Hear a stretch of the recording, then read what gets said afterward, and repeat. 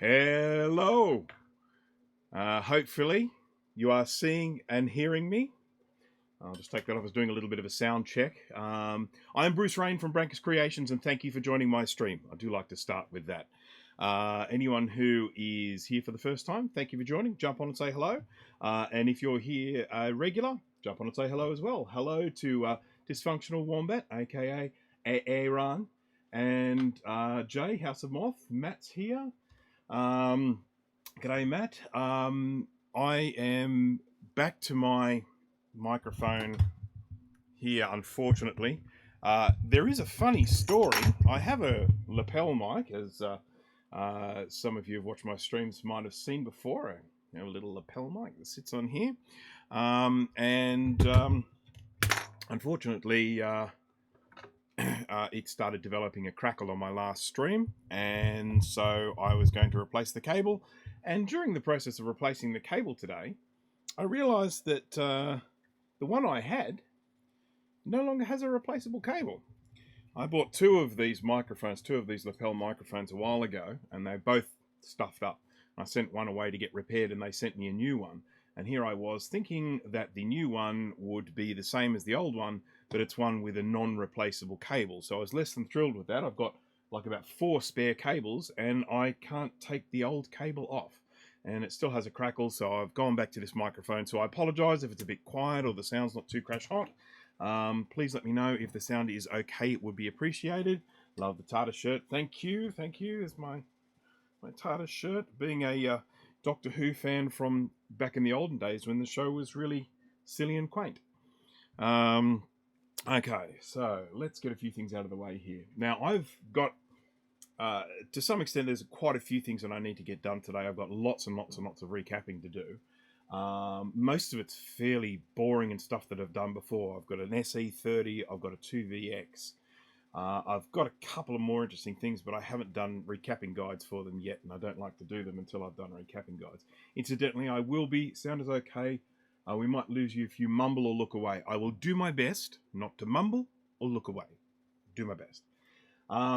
So I've got a lot of recapping guides coming to the website soon for anyone who has noticed that they haven't been updated in a while.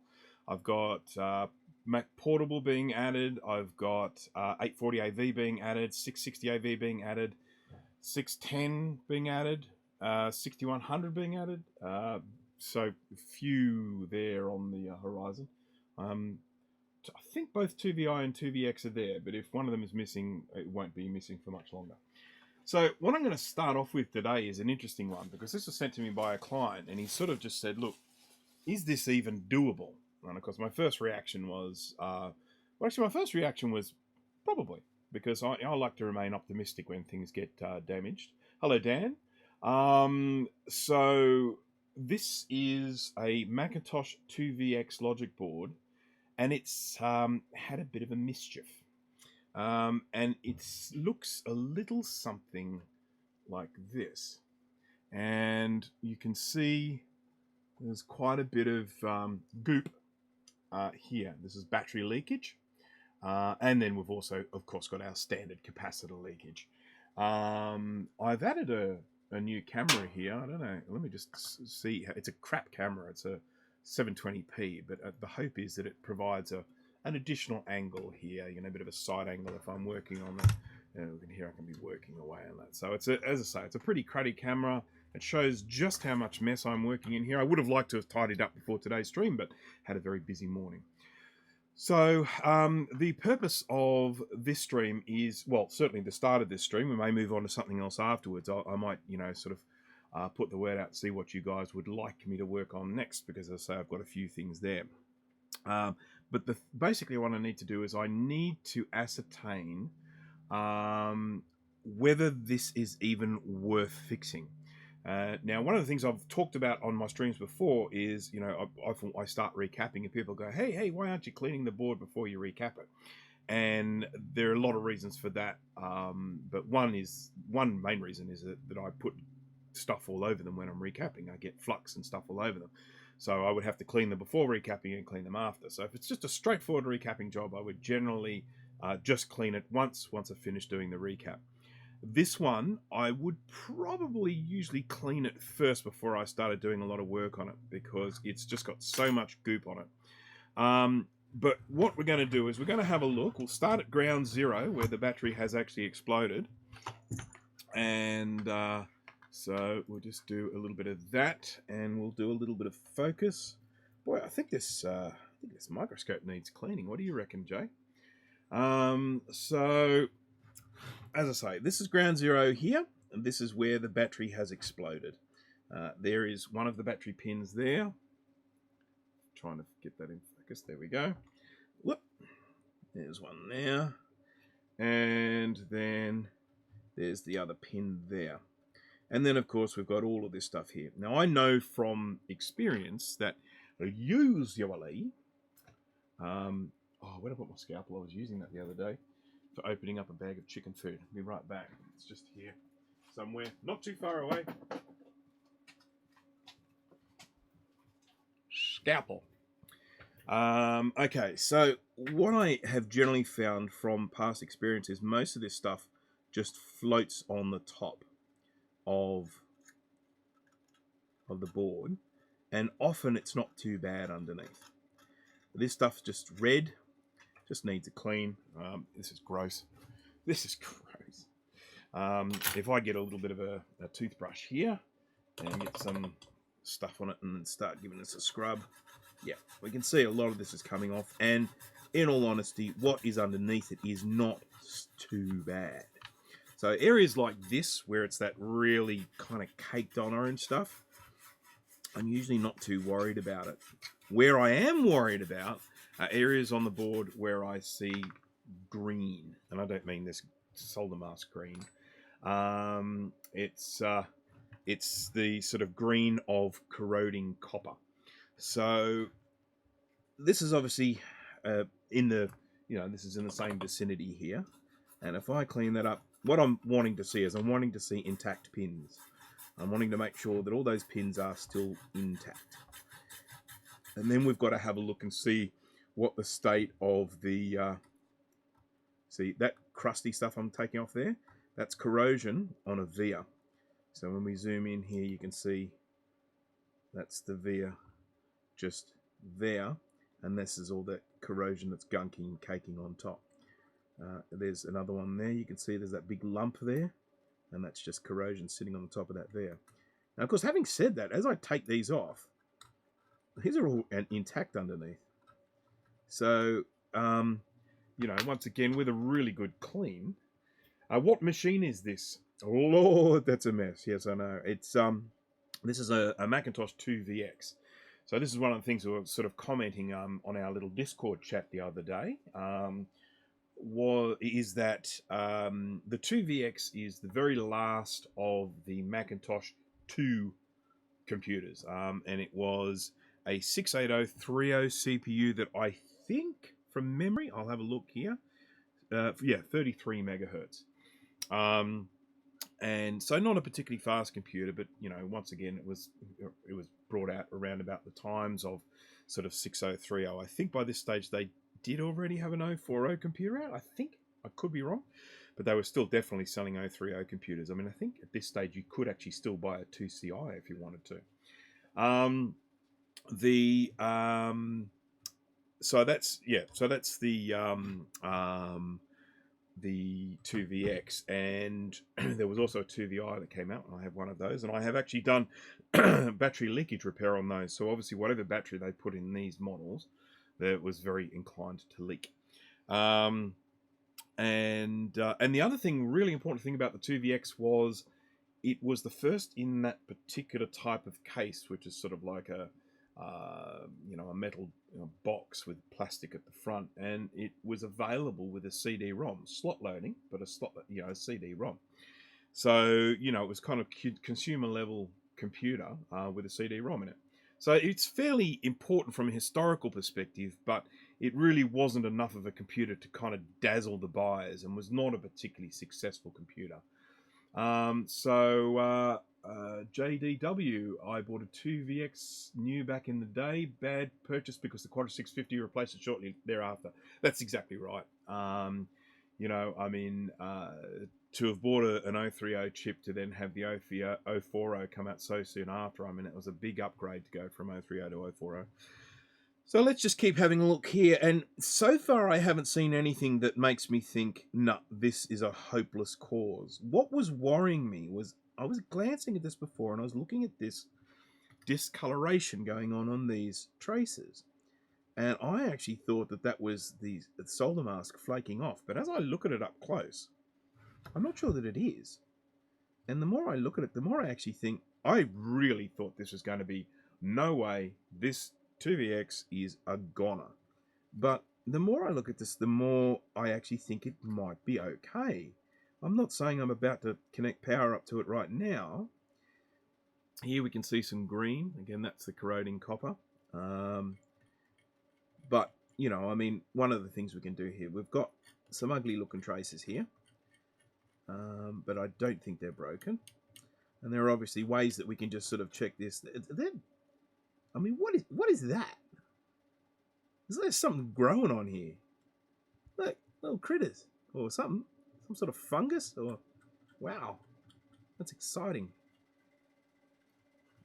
Like David Attenborough here. Okay, so let's take something like... So it's kind of right at the edge of what we're looking at here, but I'm going to grab my super fancy... what's this thing? My Fluke... what do you call this thing? Multimeter? Digital multimeter? DMM. And I'm going to put it on beep mode. There we go. Were you able to hear that beep?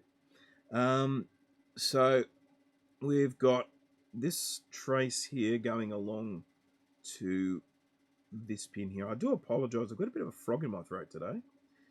Okay, let's see if we can get through this.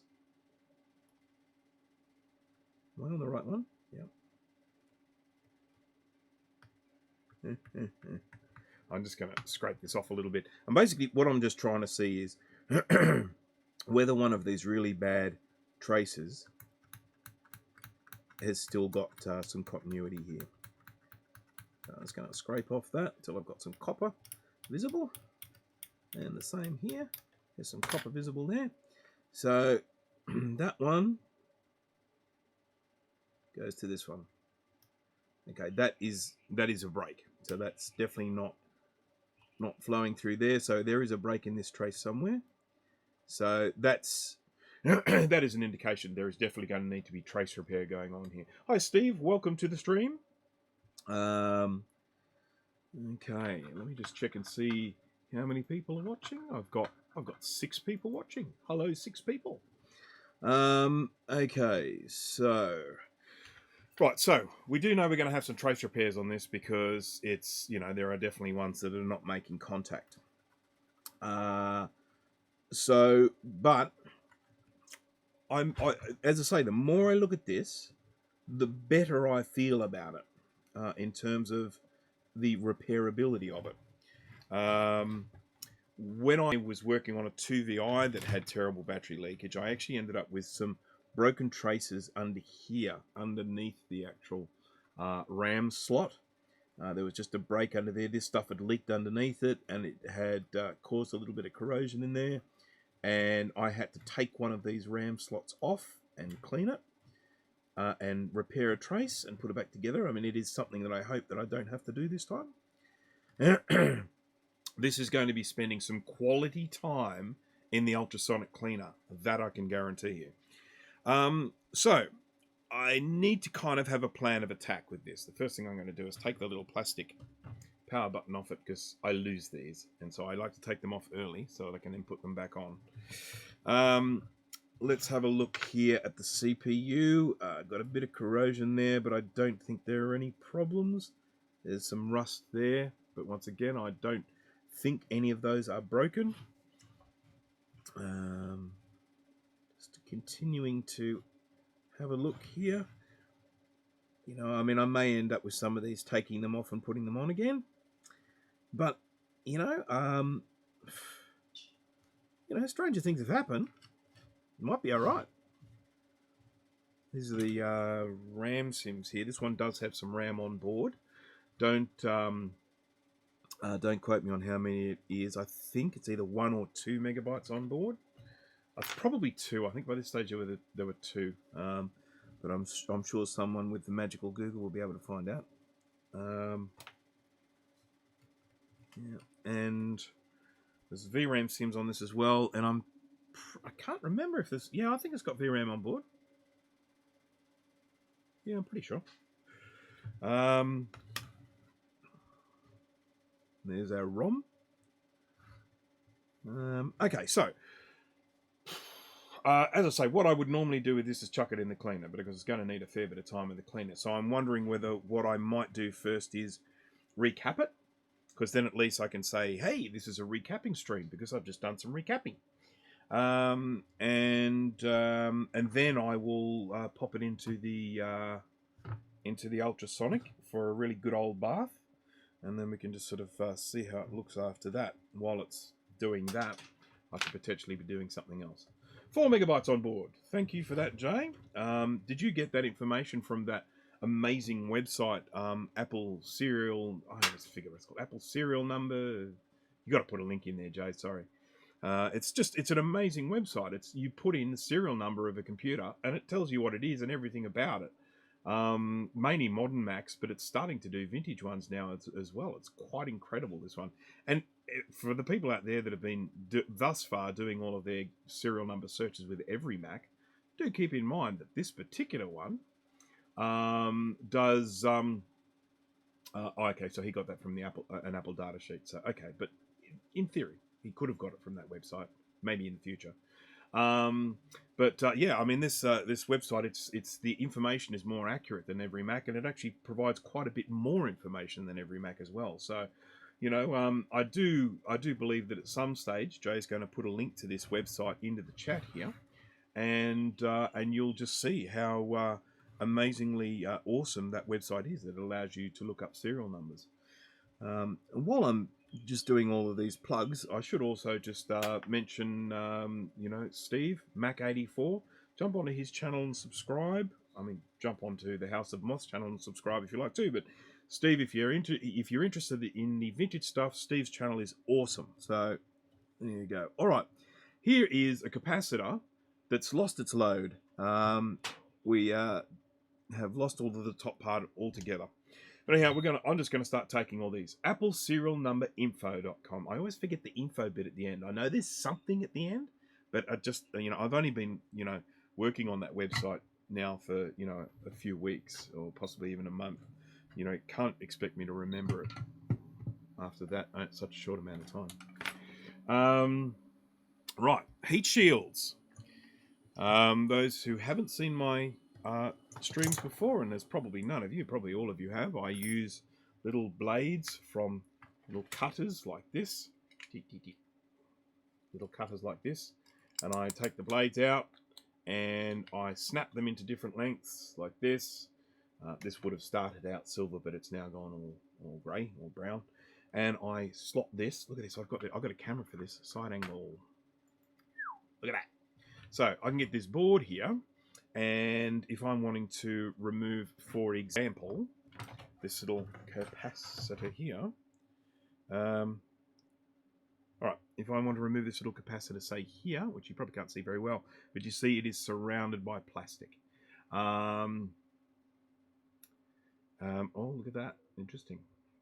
Okay, so what I need to do is I need to get a little heat shield in here like that to try and protect that plastic, and maybe another one here, so that when I go to apply hot air to this and remove it, I don't melt the plastic. And not that you would really notice melted plastic on this board, I have to be quite honest. So, you know what I should do? I should add my little face in the corner, just around here somewhere. But so, because you've got to be able to see my face. Right. So let's look at taking this off. I apologise for the zooming around in the microscope there.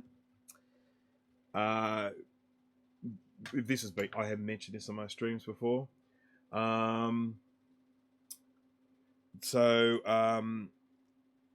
you know, I remove capacitors with hot air, and in particular on a board of this condition, I think it's essential.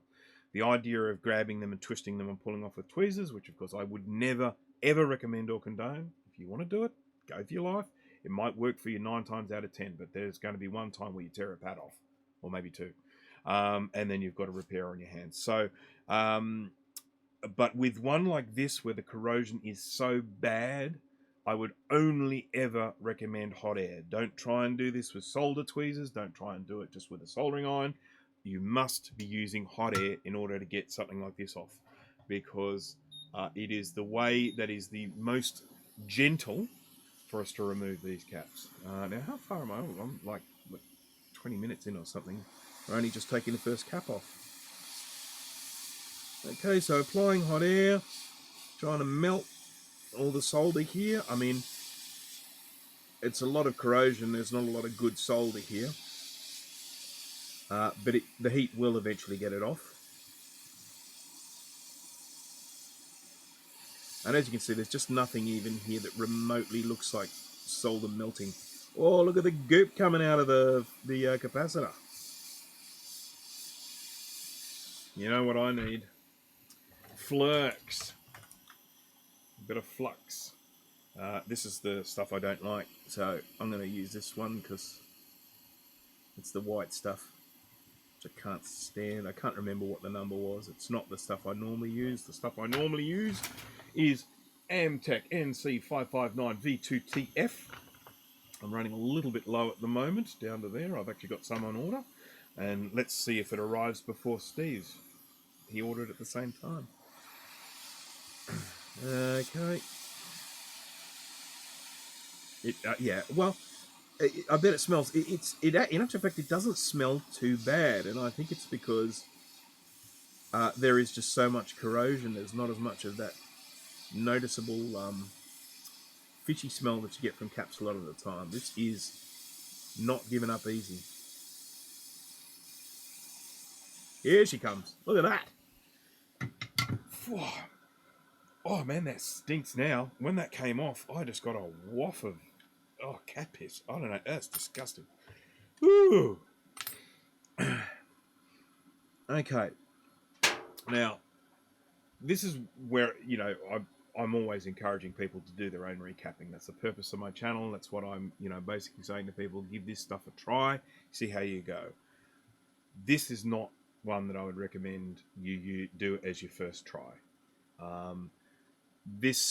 When we look at this here, you can see that there's all this crusty, crunchy stuff on the outside. And what I need to do is I need to turn both of these pads into nice, squeaky, shiny, as new sort of pads. And that does take a combination of being strong and being delicate. And that it does take a little bit of practice. I'm not saying that something that you can't do or you won't be able to learn, but I'm just saying that is not where you want to be for a first go. So I've got to work out a tactic for this this particular pad on the bottom, because it is so crunchy. I generally don't get ones this bad, but this one up here is not too bad. So what I'm basically doing at the moment, I've got some solder on the end of my soldering iron tip. I've got some flux here, and I'm just gently rubbing it around in the hope that the heat from this solder is going to push some of that crunchy stuff out of the way. And if you're thinking it looks kind of futile, you're probably right. I can feel some of the stuff giving way, but I could be here for a long time before I see copper. So what I'm now going to do instead is grab my trusty scalpel with my curved blade to do a little bit of scraping here to see if I can get some of this gunge off and reveal something that might look like copper underneath. I mean, look at how thick that is caked on there. It's quite extraordinary. You see that copper appearing? I need a new scalpel blade because I've chopped the top off mine. You can't really see, but it's you can't see because it's all covered in gunge. But it's gone flat at the top, and I don't like that. So, Retro Redrum. Hello, Retro Redrum. Did I say hello, Dana? I don't think I did. Hello, Dana. I'm so rude. Okay. Nice new scalpel blade on here. Once again, there are links to these scalpel blades down in the description. But what I would say, if you were wanting to buy these, I have actually found them more readily available on eBay than on that other one.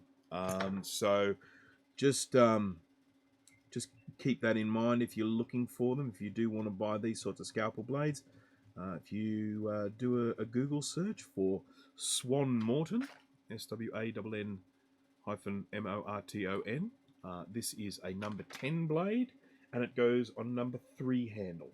So there you go. Now, I'm sure you've noticed that this pad's not looking too bad now. We've actually got stuff that looks like copper. All right.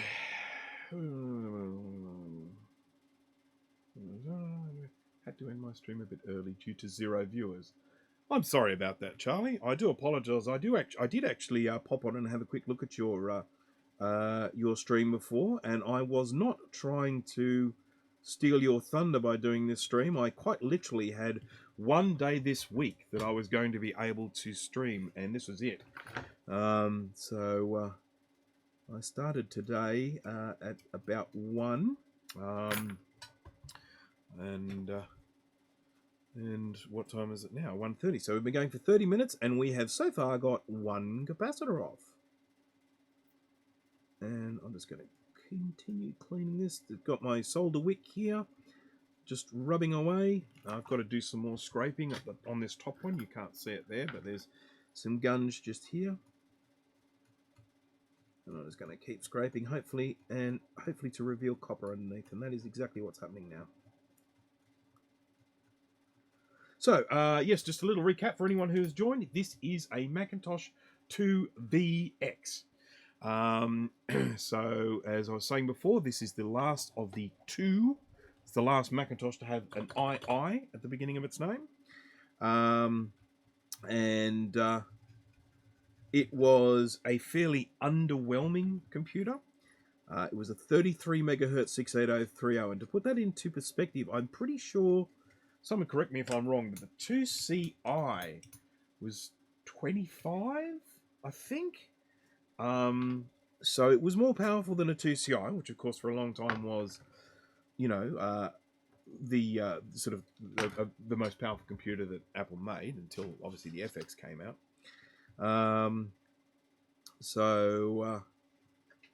Yeah, I mean, it was part of that thing that Apple were doing at the time, where they were just releasing lots and lots of different computers to try and satisfy lots and lots of different markets. You know, this is the cheap one for the entry level, or this is the one for the education market, or this is one for the pro, this sort of thing.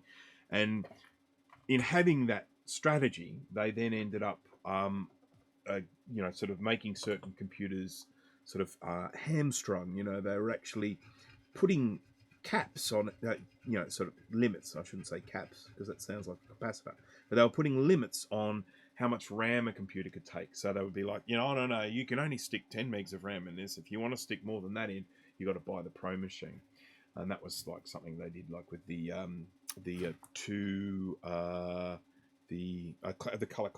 color classic, yes.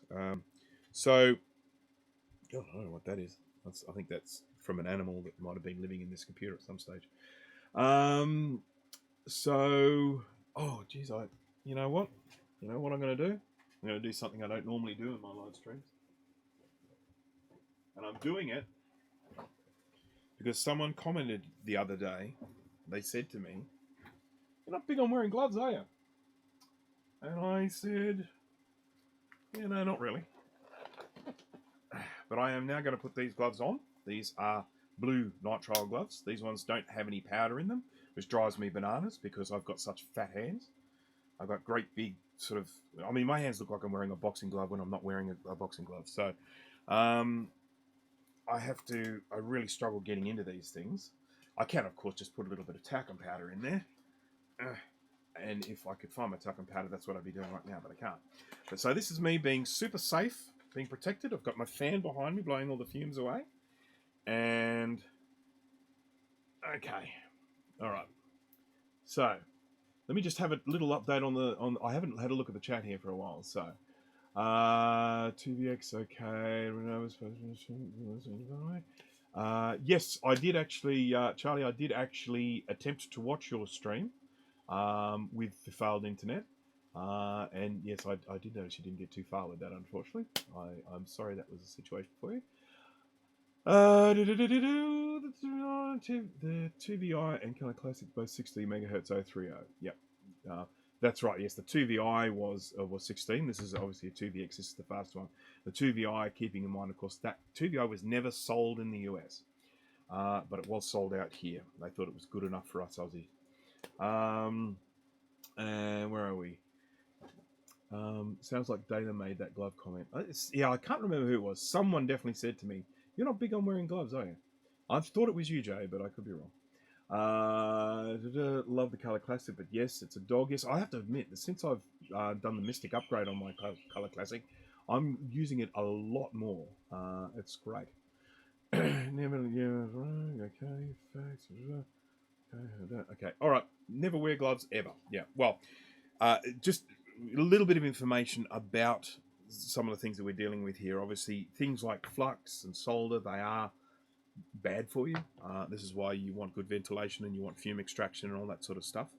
Solder, of course, I use leaded solder, and I think, always use leaded solder. I did say once upon a time I'm trying to wean myself off and go on to unleaded solder, but no. I like leaded solder, and I'm sticking with leaded solder. Now, when you melt leaded solder, you might see a puff of smoke come up. That smoke is not actually lead fumes. That's fumes from the rosin core, the flux core in the solder. So that's what the fumes are. So it's not actually lead that you're inhaling there. In order for you to get lead vapors, it needs to be a lot higher temperatures than just soldering irons. So, but you do end up with lead residue on your hands when you're working with it. So you have to remember to wash your hands thoroughly after working, or use gloves like I am doing at the moment. We'll see how long I go with them. They might drive me bananas and I'll get rid of them. All right. So, well, I mean, I've just been sort of chatting away, but for those of you who were here for the beginning and saw what those pads looked like before, you can see that they are looking significantly better. All right, let's get a few more off here, shall we? I'm going to take these ones off. These are the really bad looking ones.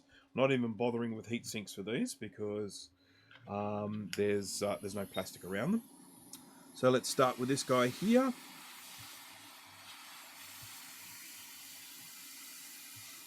Gonna try and get this off. And as you can see, this one has already exploded. I mean, okay, so this board's got terrible battery leakage. I know that. But the level of kind of suicide of these caps is, I've never seen anything like it. It might be to do with the way they were stored. But yeah, I mean, these, I mean, look, where's the top? It's gone. All right, off you come. I mean, I can't even tell whether the pads are meant to be on this side or on that side. There we go. There's some pads. So they're off. I'm going to keep just whipping them all off now while I'm on a whip them off roll.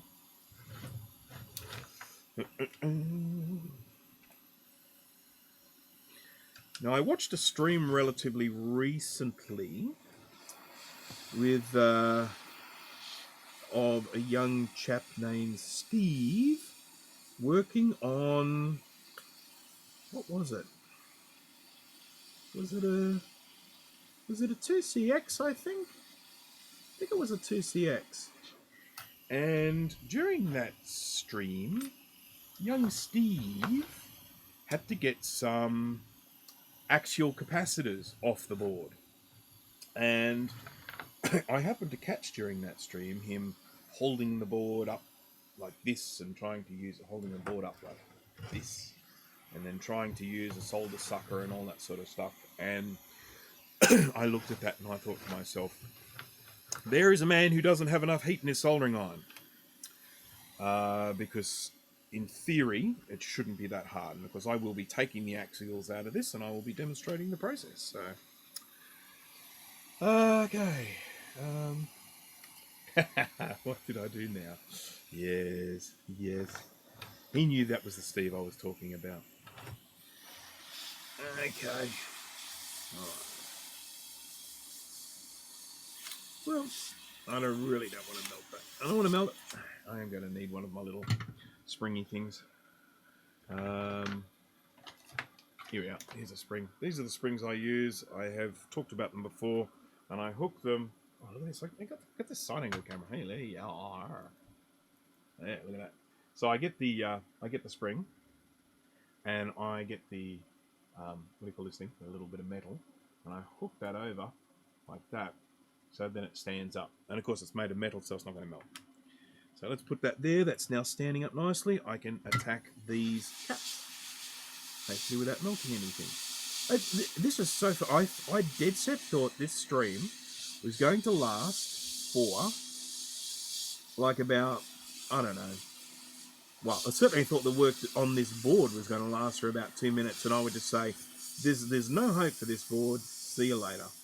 Let's move on to something else. But I think there is hope. Okay. And as I just keep moving around the board here, I'm sort of seeing stuff that I think can be fixed. Okay, how many is that? That is 1, 2. There aren't that many on this board, so I've removed 6. I think that's all. I do have a cheat sheet around here somewhere. I have done this one before. I will need to hunt it down. I'll hunt it down in a moment. All right, so this is. I think there's only 2. Yeah, 2 axial capacitors. So this is how I remove axial capacitors, and it doesn't involve standing the board up on its end, and it doesn't involve using a mechanical solder sucker, like the electric type. So there, you've got solder suckers like this that you just sort of prime, and then you press a button and they go, and then you've got other ones which you plug in and they actually have a little vacuum pump, sucks the solder out. Now, I have been told, I don't have one of them, but I have been told that you shouldn't buy a cheap one. The cheap ones just get clogged up. You're better off buying an expensive one, and I've spent a lot of money on other things, so no expensive ones for me today, thank you. So I'm going to be doing this the old-fashioned way. Sorry, I'm just trying to find my little side cutters, which I know I was fiddling with before. So that's these little guys for doing a little bit of snip. There's a little snoop there. And then another little snoop. And there's a snoop. And there's a snoop. All right. Now, what you may actually notice on here is that when I remove that, you see these lovely pads in the middle, and that's because these boards were designed so that they could have a larger surface mount electrolytic there instead of an axial. So, you know, for whatever reasons, probably cost-based, they went with the axial rather than surface mount. But they had prepared themselves for the potential of either. That one or that one. So now we've got to get these pins out, and we've got to get the holes clear of solder. So I'm going to start with a little bit of flux and some hair, because, you know, this is one of the grubbiest boards I've ever seen. And then what I'll usually do is add a little bit of extra solder to the hole. Some nice fresh stuff. And what's happening now is that solder is wrapped around that pin. That pin is now sort of, you know, it's got solder all wrapped around it, so the whole pin is getting super hot. And then I can grab a pair of tweezers, and if I can get a good hold on it, I can then just pull that out. So that's the pin there. That's just been whipped out. And then, oh, Grudy's here. G'day, Grudy. How are you? Welcome. We've just been filling in time till you got here. Don't worry. How's the dog? Poor doggy has a few things missing. Okay. Right. Now, you may have noticed that none of the solder came out of that hole. Now, again, this is something that I've mentioned before. I'll go into it again. Sometimes the solder comes out of these holes easier than other times. And it's often influenced by the amount of copper that is attached to this particular via. Sometimes when the via is attached to a very large ground plane of copper, it sucks all the heat away, and that makes it really hard to get it super hot and get that solder out. So when I've got one that's being stubborn like this that doesn't want to give up its solder, the first thing I do is add some more solder to it, which always seems very counterintuitive, but solder likes to hang out with solder. So you add more, you end up with a bit of a solder party going on. So we put this down here, put that there, and then we just try and I just want to get some solder. There we go. Get some solder. Oh! Well, that is a first. I just broke. Look at that. That is my soldering iron tip. It just broke. It just snapped in off. How about that? That is absolutely extraordinary. That has never happened to me before. It's always a first, isn't it? See you, Charlie. Thanks for joining. Okay. Well, I'm just going to jump across to here very quickly. Now, the one thing I will say in favour of this particular soldering iron tip is this has lasted me a long time. I would say probably close to a year, maybe even longer. This is a T12BC2 tip. It has a beveled edge. They're the ones I really like using. And, at a pinch, I'm hoping I have a spare one. Oh, I do. I can see it. So it's a pain, but one of the reasons why I really like these tips is what you're seeing here. I'm actually holding it. This thing is piping hot up here, and it's cold down here. So, and you can buy these genuine ones from Hacko, or you can buy knockoffs from eBay, from China, and the knockoffs really aren't too bad. This is a real one. This is a genuine one. This is actually a Hacko. This is the one I use the most. I did actually pay for the Hacko price, and I'm just going to move that out of the way because that's probably still hot and a little bit dangerous. But that is now useless. So we're now moving to the knockoff one, which is hanging up here. I actually keep a few spare of these, the whole handle thingy.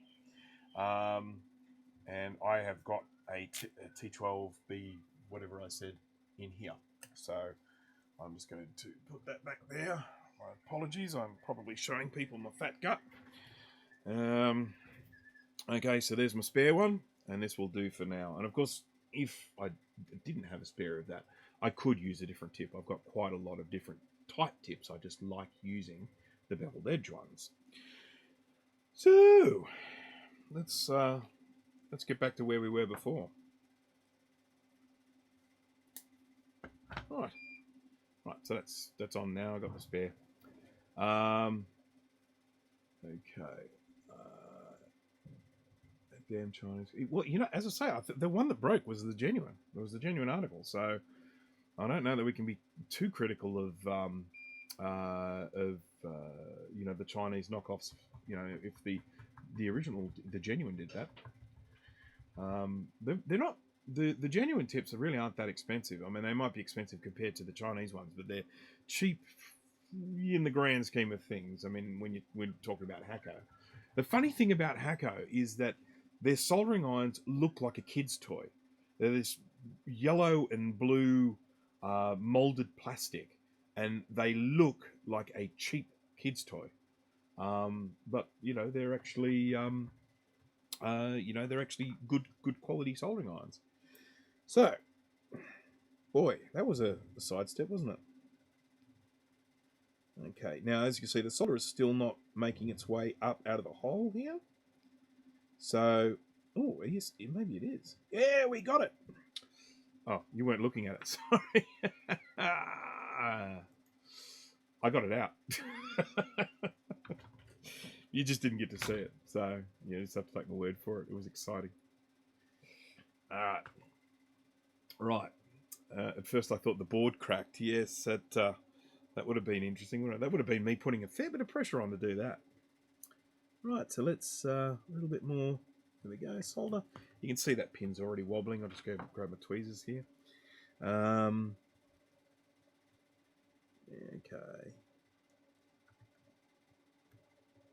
Come on. There we go. I think these tweezers are a bit wonky. I should probably replace them. Alright, so let's get some... Actually, I'll put my cheap flux on this one. My cheap white gunk. I know there's a word we're all thinking of. We're not going to say it. This is a family show. Okay.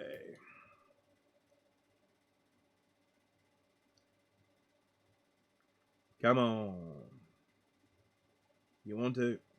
Let's add a little bit more solder. Jay was going to say it. Jay's got no shame. Okay. Let's try it again.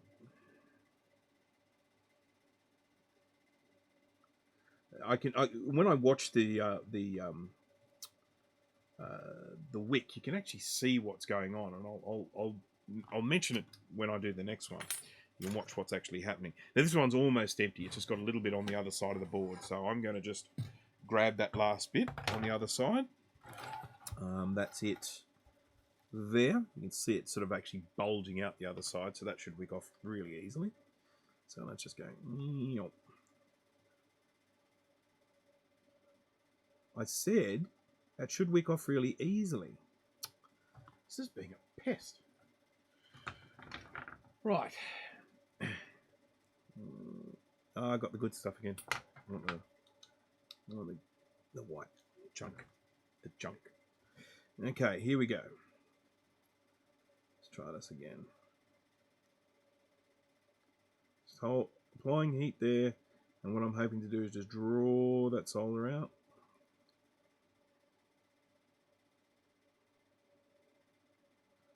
And it's being very, very stubborn. When it does come out, you can see it. You can see it sort of fill the wick. It just suddenly changes from being a copper color to being a sort of a silver color as it gets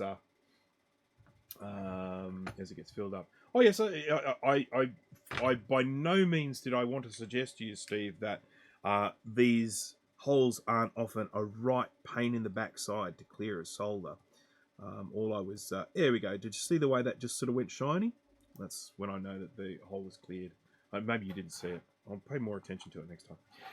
All right, let's flip it over. Yes, I was not actually suggesting that they aren't a real pain. They are a real pain, and some are more of a pain than others. I guess all I was saying was that the kind of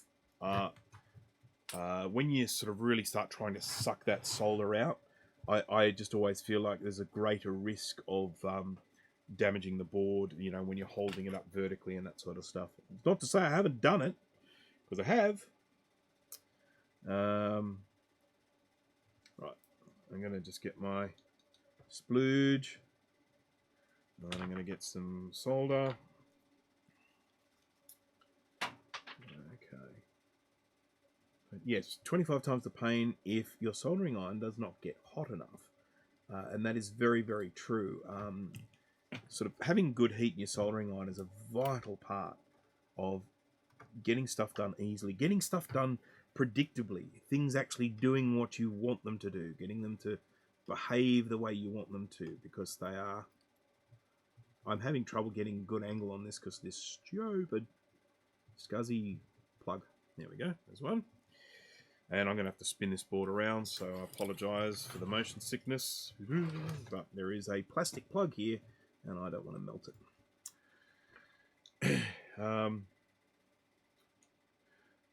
Okay, so any flux will do as long as it's clear, or do flux brands matter? What I would say about flux is the type of flux does matter. For this sort of work, I would always recommend using a no clean gel flux. There are lots of different brands of that. Some are better than others. There are other types of flux, things like just like rosin flux, and there's even stuff that's quite acidic, which of course you have to clean off, otherwise it corrodes through the board. But yes, so at the end of the day, I would recommend for any sort of component work like this to use a no clean gel flux. And if you just jump on and do an eBay search or an Amazon search for no clean gel flux, you'll see a few come up. There are things like Chip Quick and stuff like that, and there are some that just have like chemical names and that. And a lot of those will do the job. They will work quite well. I choose to use Amtech NC599 V2TF. It is a brand I found out about through watching Lewis Rossman videos. And I have tried others. And the reason why I tried others was because I can only buy this from the States. There is no local distributor here in Australia for this stuff. So when I want to buy it, I've got to actually jump on and buy it from the States. And I did a little bit of a search to try and find some locally sold gel fluxes. And I did actually find one that I quite liked. But as it turns out, I'm basically just staying with the Amtech and just buying it from the States. And it's like, I'm doing enough of this now that it kind of warrants spending the money from buying it from overseas. And when I get down to about this amount, a little less than half, I just order another one. Okay, so flux just burns way too fast. I believe this particular found Amtech flux to be the rock star. Yeah, and this is the other thing is, of course, flux continuing to work once you get the soldering iron in there. If you put the soldering iron in there, it just all turns into a plume of smoke. And then you've got to just add more. The Amtech flux does tend to hang around better. Okay, there we go. And that one was nice and easy. And I could be wrong, but I think that one might actually give up its solder from the Veer a little quicker too from the hole. Is there any benefit for acidic flux? Well, it would be, you would generally probably use it less for electronics and more for like brazing or welding or something like that. And it's the reason why you would use an acidic flux is if the oxidization on the surface or oxidation on the surface of whatever you're trying to solder has built a layer that is so thick that a non-acidic flux can't do it. It actually kind of has to etch some of the surface away. Part of the whole thing that flux is doing is it is counteracting the oxidization or oxidation, depending on what part of the world you're in, of the solder and what you're soldering to. I mean, sort of, we're all aware of the when things oxidize. It's like you leave some sort of metal out in the or some steel out in the weather and it's going to rust. And solder oxidizes as well, and it oxidizes very quickly. I mean, once you melt it and you've got it melted on your tip, it can actually start oxidizing virtually straight away. And the flux helps to counter that, and so then the solder sticks to what you want much easier. Right now, okay, that's going back here. Yes, and then obviously but the downside to using an acidic flux is you must clean everything afterwards, because if you just leave it there, it's just going to keep eating away at the joint. And when I very first started soldering, I was a very young child. I was, I don't know, maybe 10 or something like that.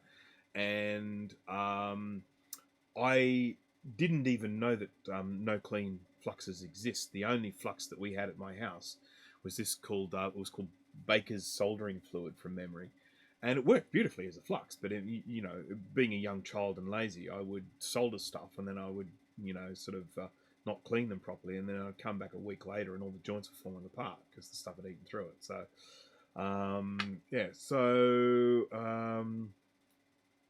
all right. If I work in brazing and stuff, so I'll surely encounter acidic flux then. Yes, you will.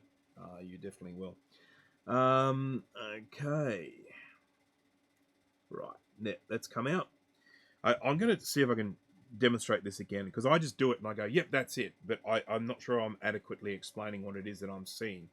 So when I put this on, it's copper colored. You see that it's copper colored.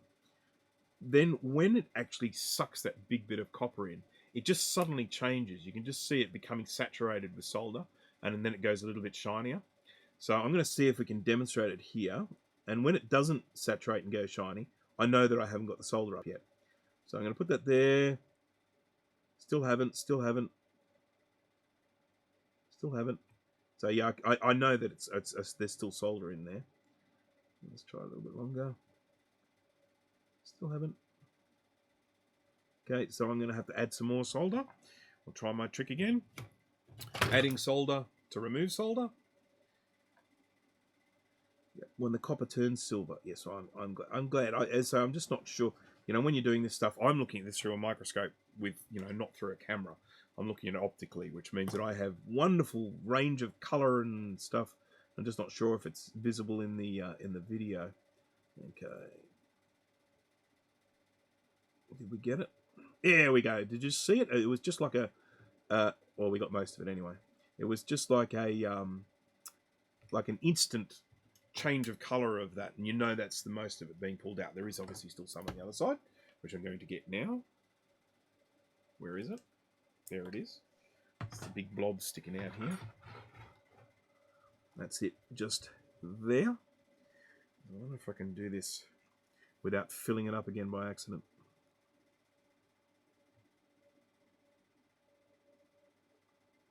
No. There we go. All right, 4 holes there. And yes, it was a pain, but I believe that is the best way to do it without, you know, sort of damaging the board. Right, so we've got some pads to clean up now, and of course, cleaning up pads on this is quite a job.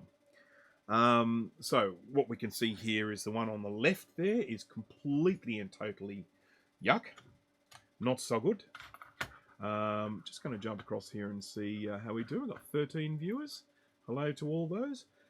If you wouldn't mind, if it's okay, would you mind pressing the like button? I would really appreciate that. I like likes. And if you don't like it, press the do not like button. I don't mind. I can take criticism. Okay, just scraping away. And as I said at the beginning of the stream, if you're a first-time viewer, please jump onto the chat and say g'day. I mean, you don't actually have to say g'day. I mean, you don't have to be Australian. You can say hello. But g'day is just what we tend to say here.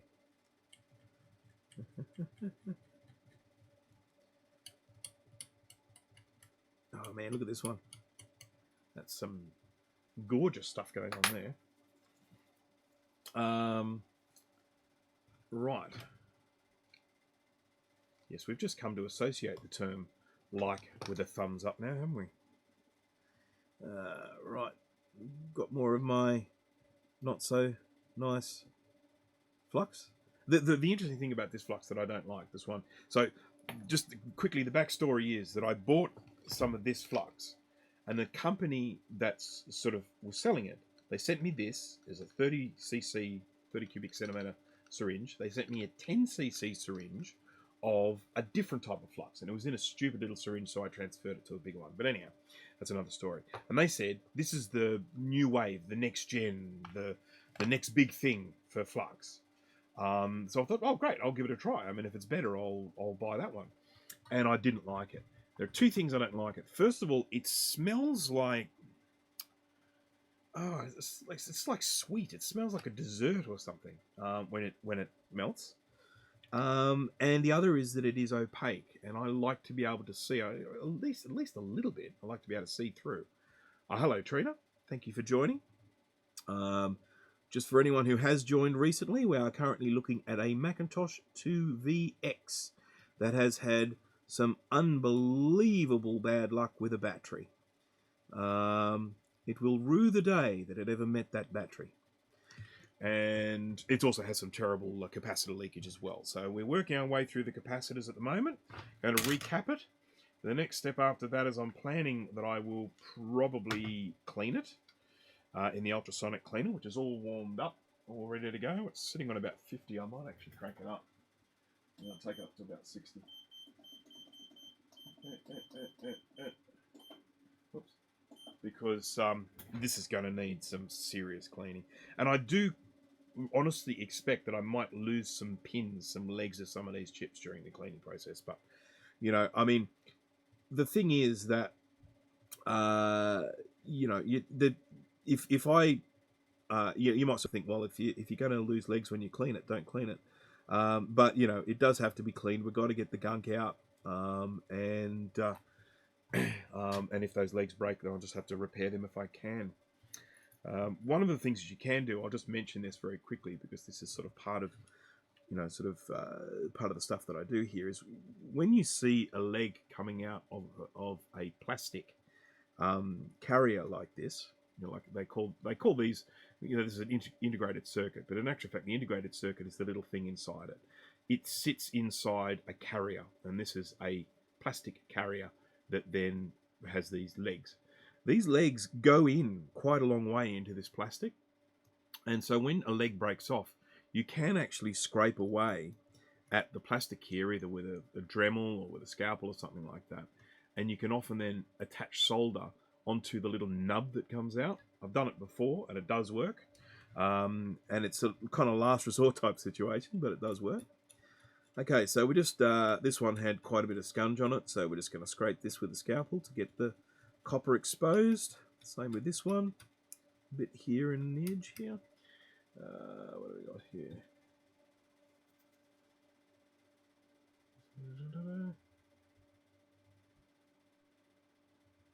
Yeah. Okay. Sorry, I just like to read the chat every now and again, and when people ask me questions, I like to answer them, but every now and again I see it's people just being silly with each other, and that's all fine. It just gives me a chuckle. Okay.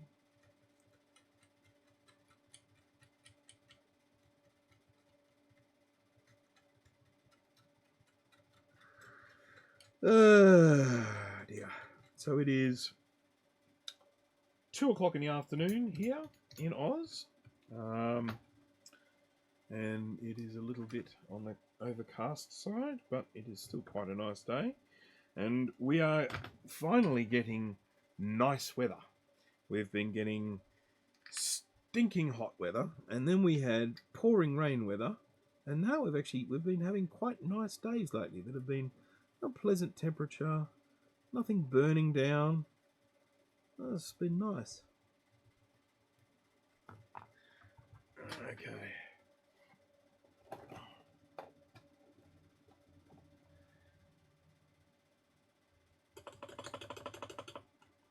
Is that what they call it in Oz, eh? What was it? Was that what they call what? Sorry, on pleasant temperature or pleasant weather? So here we can see once again we've got some nice pads again. Yeah, the fires are out. Most of them are anyway. I mean, there's, at any given time, there's usually several fires burning in Australia. That's just how it is. There's, a lot of dry sort of bushland. But all of the really, really bad ones, there was one, it was only like 2 days ago, one of the really, really big fires that have been burning for a long time. It was just declared under control. It was just a few days ago. But one of the really interesting things that's happened is that we had this unbelievable downpour of rain relatively recently. We had about, I think it was 2 months worth of rain in 2 days or something stupid like that. And it filled up, well, not filled up, but it certainly added a lot of water to our catchment, to our dams. So we were in a pretty dire situation water-wise there. I mean, we had water restrictions in place. We still do have water restrictions in place, but the dam levels went up from, I think it was about 40-something% up to about like 80 or something stupid like that. I mean, they virtually doubled or something like that. I'm probably getting the numbers wrong, but it was a lot. And so that sort of, does kind of take the heat off a little bit. I mean, unfortunately, 30-something people died during the bushfires, which is horrendous. And the thousands of properties lost, and the long-term effects are going to be around for a long time. And of course, there are additional effects in that when people live in those places, and if they've been through 1 or 2 bushfires, they have a tendency to say, you know what, I can't hack this anymore, I'm moving. And then that just destroys those local communities because everyone just starts leaving, and so then people who are running businesses and shops and stuff like that, they're stuck with no customers, and it can just basically destroy a community. So, the hope is that they will be able to mend, but yeah, it's pretty horrible stuff. This one's going to need a scrapey scrape. Going to need a scrapey scrape.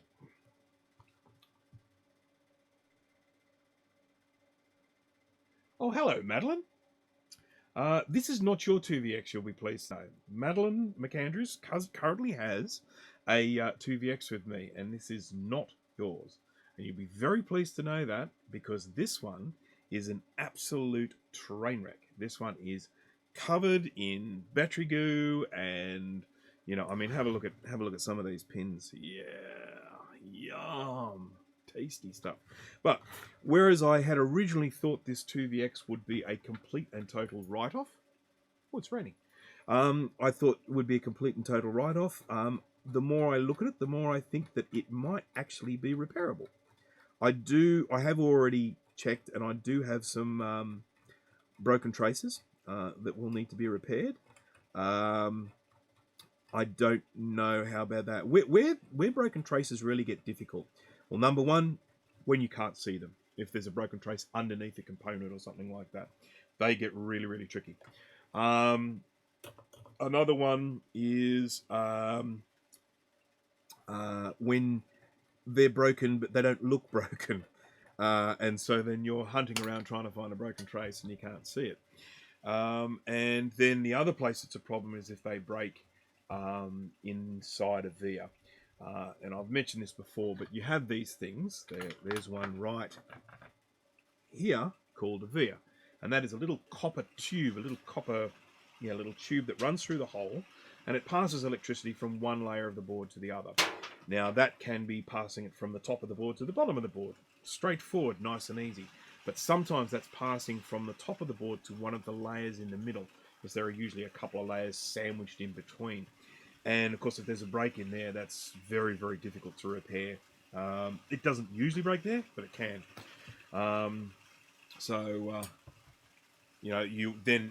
When that happens, you kind of need a schematic to find out where the power was going, and then you have to sort of build your own little patch somewhere.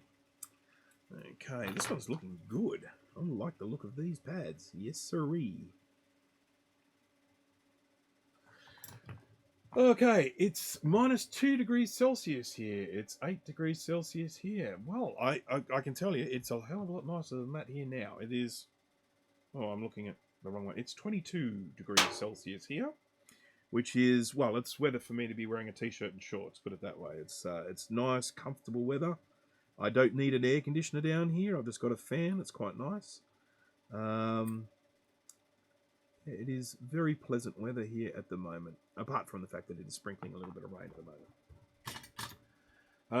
The customer is watching. That is exactly right. Well, it's not. In actual fact, one of my customers is watching me work on someone else's board. So, although I don't have to actually worry about what I do to this board, I do have to make sure I've got my professional hat on today, and I'm sort of showing how incredibly skilled I am at doing this work, and isn't it a good thing you sent the stuff to me rather than someone else, that sort of stuff. But having said that, Madeline has seen my videos before, so... okay, so putting some more flux on here. Once again, you will recognize it is the Yucky Flux, and we'll add some new solder. Introduce some new solder to the old solder. Hello, old solder. This is new solder. How are you? There we go. This stuff definitely does burn away faster than the other stuff. Okay. So I'm just using the heat and the solder and the flux and just gently rubbing. It really does look like I'm kind of rubbing this, but I'm virtually just hovering above the surface.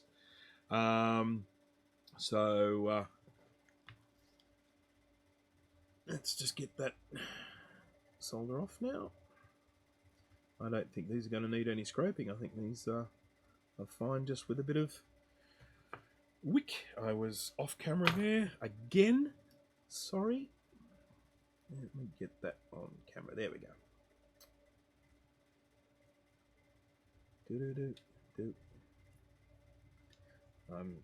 Need to get a little bit more out of this container. There we go. So this is the last of the pad cleaning. Yep. Because as I said, this one doesn't actually have too many caps on it. I think it's a total of 8. 6 of them being surface mount, 2 of them being axials. And this is also, it's important to note, this board's too big to go in my ultrasonic cleaner in one go. So I have to do it in 2 halves. Just cleaning that up. Anywhere where I expose copper like I'm doing at the moment needs one of 2 things to happen. It either needs to end up tinned, so in other words, get solder on it, like on these pads, or it needs to have solder mask put on, because if you leave exposed copper, it will oxidize and it will corrode. So what I can do is I can just get this solder wick, get a little bit of solder onto the end of my soldering iron tip, and I can just rub. And you can see you can't see because it's not there. There you go. So I can just rub this around here and just tin that exposed copper. There we go. All right. Okay. JDW, you're off. Okay. See you later, JDW. Thanks for joining. It's lunchtime here in Japan, and all this soldering's making me hungry. I don't blame you. It is. I mean, if you could smell this flux, it makes me want sweets. All right. Let us continue. So I think at this stage it's now time to put new caps back on. And so what I'm going to do is I'm just going to, just because I can, I'm going to change to the side angle. Yeah, look at that. I need to get a better stand for this camera, but it's for the moment it'll do. Okay, so just to recap for everyone, this is what this board looks like. Recap. Just to recap on the recap. So this is what this board looks like. This is all the corrosion from the battery leakage. We've got it all down here in the RAM slots. We've got all this discoloration going along here. All this pins looking scungy. We've got a little bit of green happening up the top here. You can't see just there. But the hope is that will all start to look a little bit better once it's cleaned. Now, an interesting thing, one thing I want to mention about this is, if I cannot get this working, I'm not going to charge the client. That might seem a little bit silly, but at the end of the day, this is a little bit of, I mean, realistically, what I should be saying to the client is, this is too far gone, let's not even bother with it. But I want to try and get this working, so I'm kind of doing this as just a little bit of a personal thing. And so I'm going to attempt to get it working, but if I can't get it working, I'm not going to charge the client for it. They might let me keep the board, and I can have it as a donor board. Yeah, just sort of letting you know that's the case with this. Okay, now one thing I do need to do, which you may or may not have noticed before, is that we have a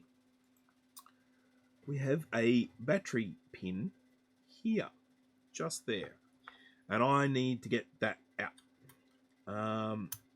Now I think I've got a better chance of getting that out from the other side, and I think I've probably got a better chance of getting that out with hot air, perhaps, rather than the soldering iron, because I just think that it's going to be, just getting a little bit more hot air there. And of course, I haven't even looked at the underside of this board, but have a look at this. Yay! So these are the little pins holding in the RAM slots. They're all nice and corroded, and that's where some of the goop has come through a hole in the board. And then we've got this stuff going on here. And so let's see if we can at least get this battery pin out. So look at that. Got a little bit of corrosion there. Okay. Well, there it is. There's my pin. Now, I'm just going to give that a wiggle.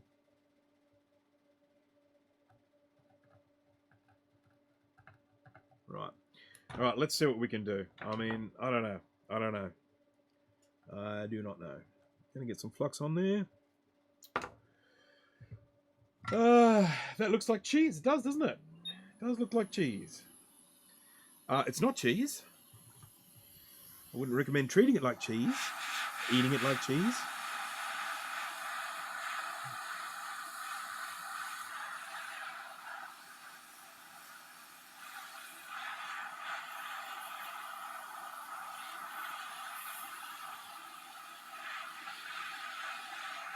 You might notice that while I'm doing this, I'm getting these. See these little blue, little green squares that are appearing here, and that's as I heat it. You see that, and then they go away again. That's common of boards of this vintage, and I generally don't like to apply heat for too long because you do get that sort of greening, and it's. I think it's just an indication of, you know, heat between the layers and stuff like that. So I don't like it. What's that line from Family Guy? I don't know if there are any Family Guy watchers out there, but I remember there was an episode when there was a smell, and Brian Griffin said, "It's either really bad meat or really good cheese." And I don't know why, that just tickled my fancy. I think that's funny. Okay. Right. So let's see if we can get some new solder onto this. I'm not too happy with the way this is going. This is being very stubborn. And look, I'm making solder balls. The solder is, as you can see, is just not sticking to anything here because it's all corroded. Isn't that a cool solder ball? Look at that. Ooh. Okay, well, I just gave that a push and it went through to the other side. So let's see what happens. This actually may not work, as in it may not take power anymore. I may actually end up having to run a little trace wire for a little repair wire for the battery. We'll see. Out she comes. Now, can I get that looking like it's soldered again? Is that a heat gun you are using? Yes, it is. It is a what they generally refer to as a hot air rework station, and I guess the main distinction between that and, say, like a hot air gun that you might use for, I don't know, removing wallpaper or something like that. And so this is the one that I use, and it is a quick. There are links for it down in the description. It's a quick 861DW. Now, I just want to quickly make mention of this because this is something that we've seen these hot air stations in like some of the Maciaca streams, probably Steve in particular, and what there are generally different types of these. Now, they fall mainly into two groups, and one group is where they have a little fan on the back of the handle here, and then they have a heating element up here. And what happens is you switch it on and it blows air from that little fan through the heating element. I've actually got one of those here somewhere, tucked away somewhere. It's the one that I had before I bought this one. And those ones that have the fan in the handle, they're better than nothing.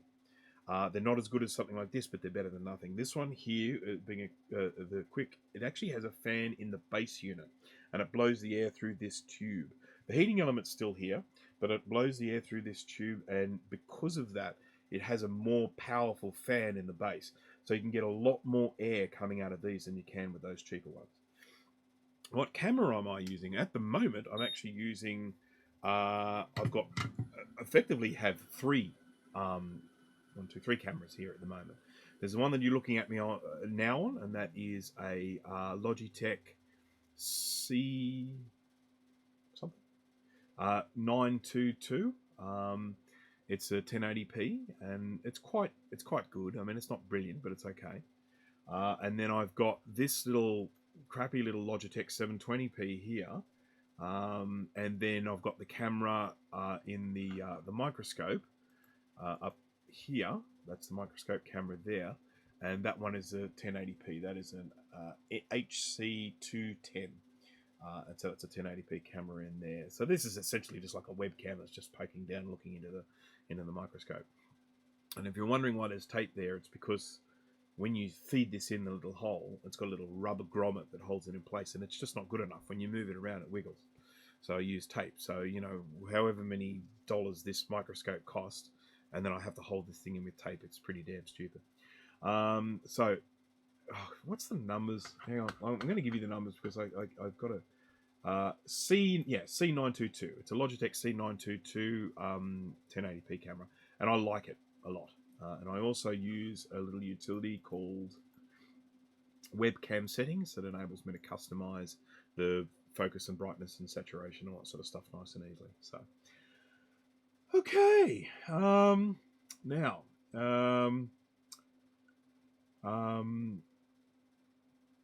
hello, Dana. No, and I should say hello, JJ Brubaker. I don't think I said hello to you. All right, so I'm jumping back here because I'm going to see if I can clear out this hole, and then we're going to whack some. We're going to whack some new caps on this, and then we're going to drop it in the cleaner and just see what cleaning can do.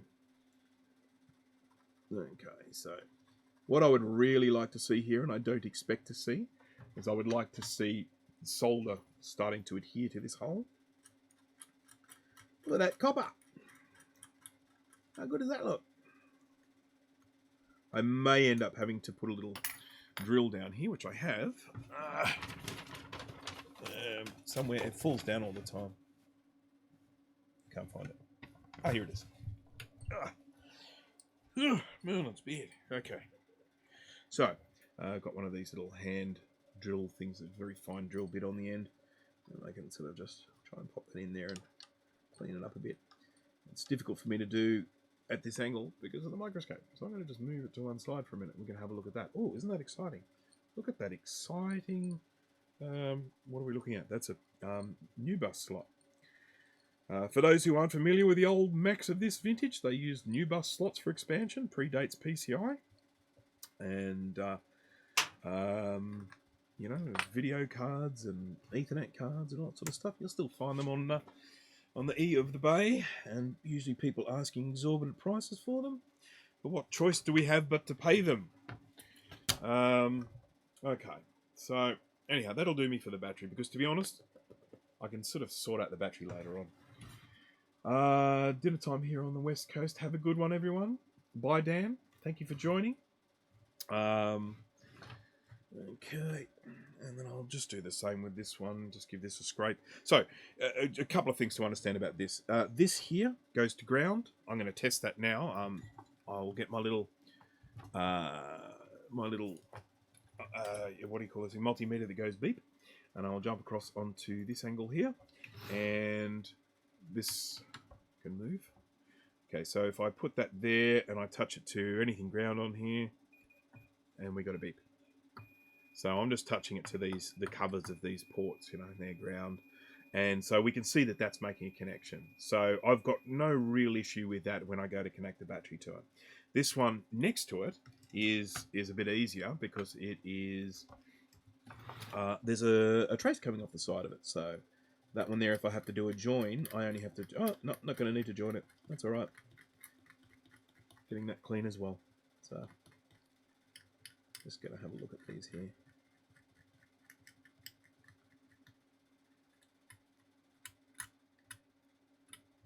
Gunk there, bit more gunk. I'm going to need so much UV solder mask afterwards to patch all these up. Okay. And the thing that you hear is that every time I scrape some of this gunk off, I'm basically revealing copper, which is great. It's very promising. As I said, I'm going to have to go in and put UV solder mask on all of these little traces that I'm exposing here, but that's fine. Any decent brand that supports colour should be okay. Yes, so I've got new bus graphics card for my Cortex 7. Any recommendation? Yeah, the one thing I would steer clear of with the new bus cards is just make sure you're not getting one that has a weird looking plug on the back that might need a special cable for a specific monitor. Things like the portrait display where they actually have a slightly different plug on them. So just make sure it's that, you know, whatever it is, DB15 or whatever they call it, plug for them, and just set your expectations low. I mean, most of the new bus bought cards that are out there, like ones I've bought, they'll give you 640 by 480 at 256 colors, and that's about it. You might go and get a big whiz-bang radius or rasterops or something like that, a card that might give you millions at 1024 by 768. That's the dream, to get one of those, but they're expensive. Okay, Radius cards during the Quadra era. Did Radius make cards during the Quadra era? They absolutely did. In actual fact, Radius made cards prior to the Quadra era. I think they made them back in the Mac 2 era. And I know we certainly did have a Radius screen attached to a TCI. I mean, which came first, I'm not sure, but So yes, that's a definite yes, unless of course I am wrong, and I'm sure that if I am wrong, Steve will tell you. What was in here? Super Mac E-machines, Rastops, yeah, they're all, as I say. So as long as they've got a DB15 connector coming out the back, yeah, all of those ones are good. And to be honest, if you get a Super Mac or a Rastrops or a Radius or something like that, you're probably more likely to get a more powerful one than if you get just one of the plain Apple ones. I've only got a plain Apple one, unfortunately. I would like to have another one, but, you know, I have to mortgage my house to get one out here. Yep. Okay. This one really is messy, isn't it? All right, let's put some new caps on, shall we? Shall we? Here is my box of caps. Now, with this one here, I'm sorry, I'm going to have to get up. I'm going to just put this on a microscope. Just microscope. No, me, because as I stand up, I'll be showing everyone my fat gut. No one needs to see that. Right. Here is my very badly filed collection of cheat sheets or recapping guides, and I'm going to have to find. I thought I pulled it out the first go, but I didn't. I pulled out a 2VI, but looking at it, it sure looks the same to me. Yes, yes. Yep, it's exactly the same. So, do I need to hunt for a 2VX one? No, I do not, because it's the same. Right. One of the ways you can tell a 2VX and a 2VI apart, if you are ever in a situation where you're looking at a board and you go, oh, that looks like it could be a 2VX or a 2VI, I don't know which one it is. The way you can tell is right here. That there is a 68882 floating point unit or math coprocessor. On the 2VI, that is a socket where you can add your own if you want to. Whereas on the 2VX, it's soldered to the board. And if anyone is wondering what a FPU is, floating point unit, it's a chip specifically designed for doing non-integer calculations. And non-integer means that they have a decimal point in them. So, like 10 is an integer number. 1.5 is a float number. So a floating point unit is designed for calculating float numbers. So there you go. Okay. Okay, well, I'll just check up on the chat here. Oh, wow, just a bit of chat going on there. I've got a lot of catching up to do here. 800 by 600, 256 colours. No worries, Ish. I mean, you might find one, but you probably have to pay a little bit. That's what paperboard, yeah. I really, yeah. Steve's got some good cards. I mean, if you ever get a chance, jump onto Steve's channel, Mac84, and have a look at this Mac 2 video where he connected how many cards? 4, 5 cards? Had 4 monitors. I think he had 5 monitors connected, but we could only get 4 working. And yeah, that was a fun one. Okay. I just think of all of these cards that we had in the computers at the company I used to work with. Or if I'd have just kept them. If I'd have just kept half of them, I would have some awesome cards. We actually had a card, and this is an indication of the time, the era. This is back in the days when we were doing graphics, but of course computers were still rather slow with that sort of stuff. And we had a card that had a chip on it that enabled you to do JPEG compression faster. So it was a display card, but it also had this JPEG thingy and you had a plug-in, I think, in Photoshop to make it work. So then when you saved the file as a JPEG, it was way faster because the chip on the card did all the processing.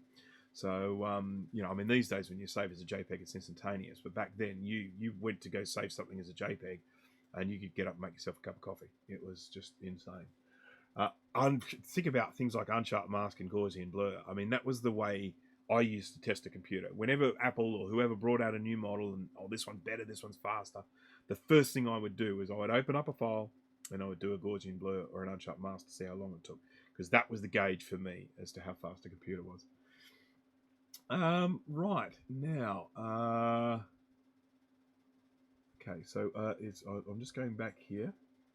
I'm going back because I signed it with 2SI, poor thing has 40 minutes space. Yeah, and okay, and let's see. It desperately needs a SCSI to SD, and its PSU is dead. I think it needs a visit to Bruce. Yes, well, I've obviously got a video on this, and I have mentioned it before, but I've even got one over here. That is a power supply. Oh, this is a good one actually. This I just need to put it back together. This is a power supply from a 2SI. You can actually tell from the little plug there. The plug's the same pin out as a 2CI, so even though they're not the same size, you can actually use the same power supply. They just won't fit in the box. And one of the big problems with this power supply is, first of all of these caps up here leak. Oh, all of them, just all of them. This big one here, these two big ones here, no real problem there. There's a little tiny one buried down in there that leaks. This one here leaks. They leak. They all leak. All these ones leak. And then you've got this board.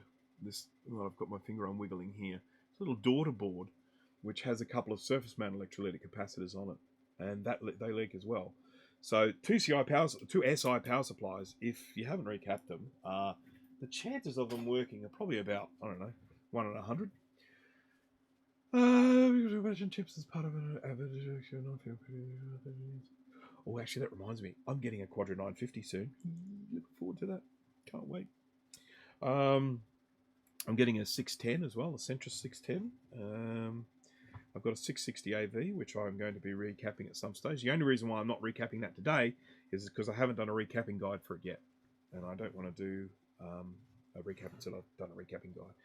Right, now, I have been chatting here, and this is some Rosen flux, by the way. This is the stuff that I recommend not using. You will find this in a lot of electronics stores. It works. It's flux, for sure.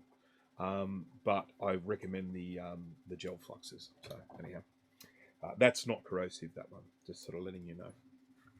Right, caps. Caps time. Let's get back onto the microscope. I'm got to be careful here. I don't want to bore people too much.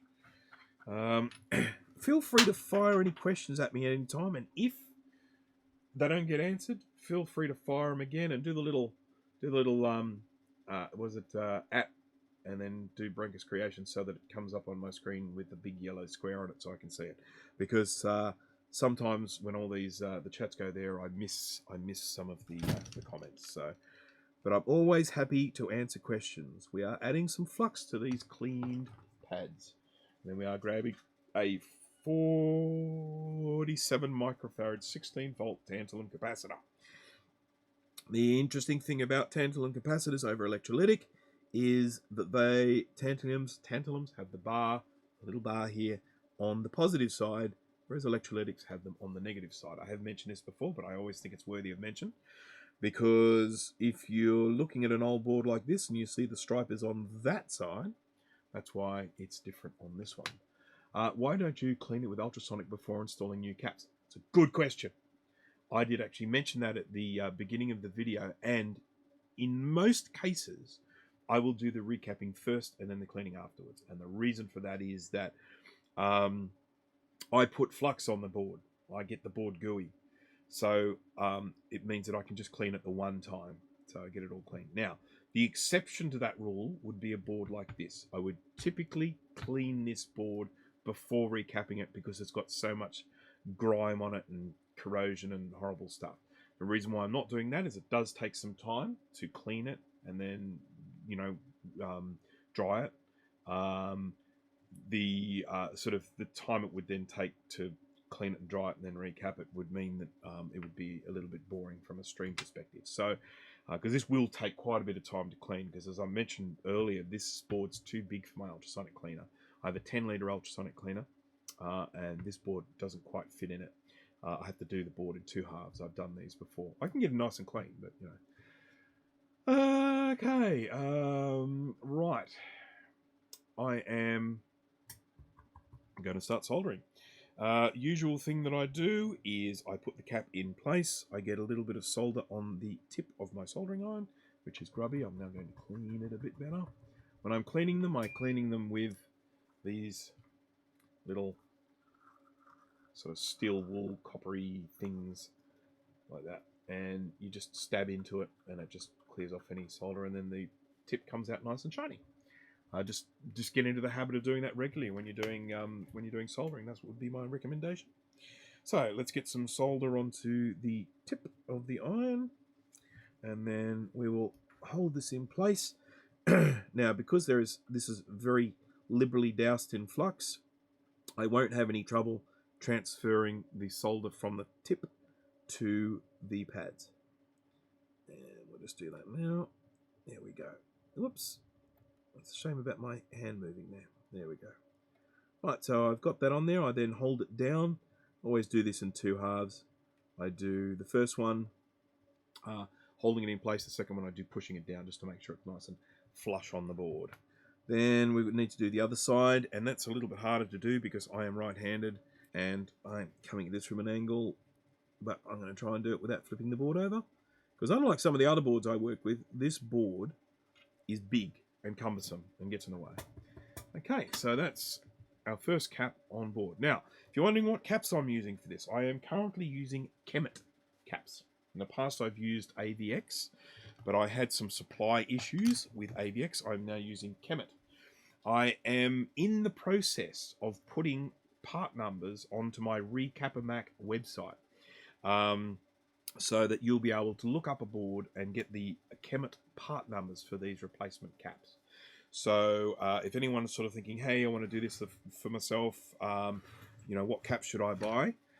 You will be able to get that information off my website very soon. And I am even planning to put together kits, so that if you say to me, hey, I'm about to go recap a Quadra 840 AV, after I tell you how incredibly jealous I am that you have an 840 AV, I can then put together a little kit of caps you'll need just for that computer.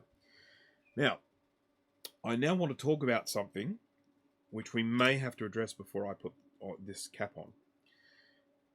This here is the tantalum cap, and here is the pin for the electrolytic cap that was, the pad that was there for the electrolytic cap before. Now, as you can see, the pin on the tantalum is significantly wider than the pin for the electrolytic. Now, when I put this on the board the right way around, you can see that there is always a danger that because this pin is so wide, it could overflow, hang over the edge, and you can see I've got a little bit of exposed trace here. And I'll take, Steve, I'll take your 840 AV in any condition. I don't care, well, within reason, But I don't care if it's got a problem on the 5-volt rail. I'll give it a whirl. I still reckon you just need to recap it and try it and see if it works. You never know. All right, so I'm just going to put this on here just to check and make sure that I'm not going to accidentally create a short by that oversized pin touching something it shouldn't. And I think we'll be safe. I don't see it hitting this little trace here, so I think we'll be all right. But if it was going to be a problem, I would coat it with UV solder mask first, let that dry, and then put the cap on. But once again, it's another one of these things that takes time.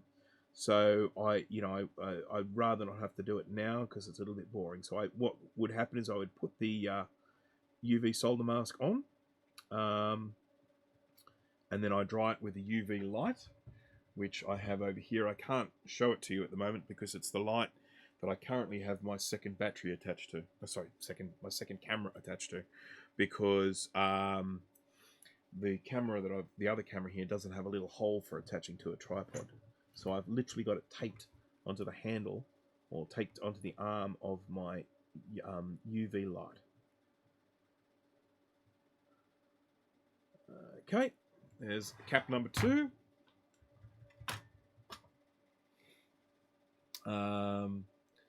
These are really starting to get sticky now. Don't like them. Okay. So, just in case anyone thinks they might be watching a Hrutke Mods video, Starla, shut up. So there's we are just getting into the feel there.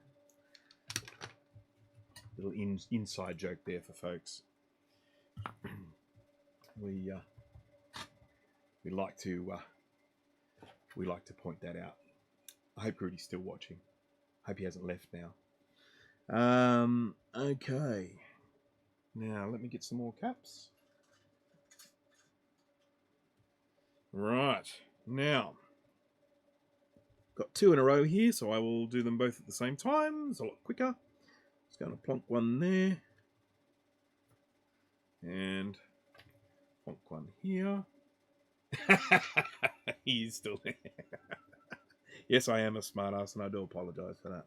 Couldn't help myself. Still, you have to admit, it did get a giggle from people.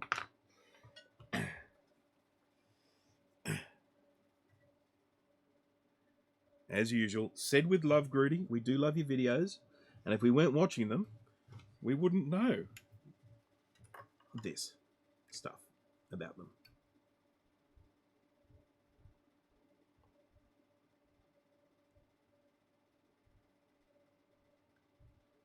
Okay, come on. This one's being a little bit stubborn. There we go. Go. It's interesting. This, as I mentioned at the beginning, when I had that, had the soldering iron snap on me partway through soldering a joint. I'm using the Chinese knockoff iron at the moment, and I can tell it definitely is different to the genuine article. So now I'm in a bit of a pickle here because I'm surrounded by plastic. So what I'm going to do is I'm going to just move this out of the way for a moment. I'm going to jump onto this side angle like this, and I'm going to probably try and solder this from straight down so that I don't melt anything. So I really wish I had my strong glasses on, my reading glasses on.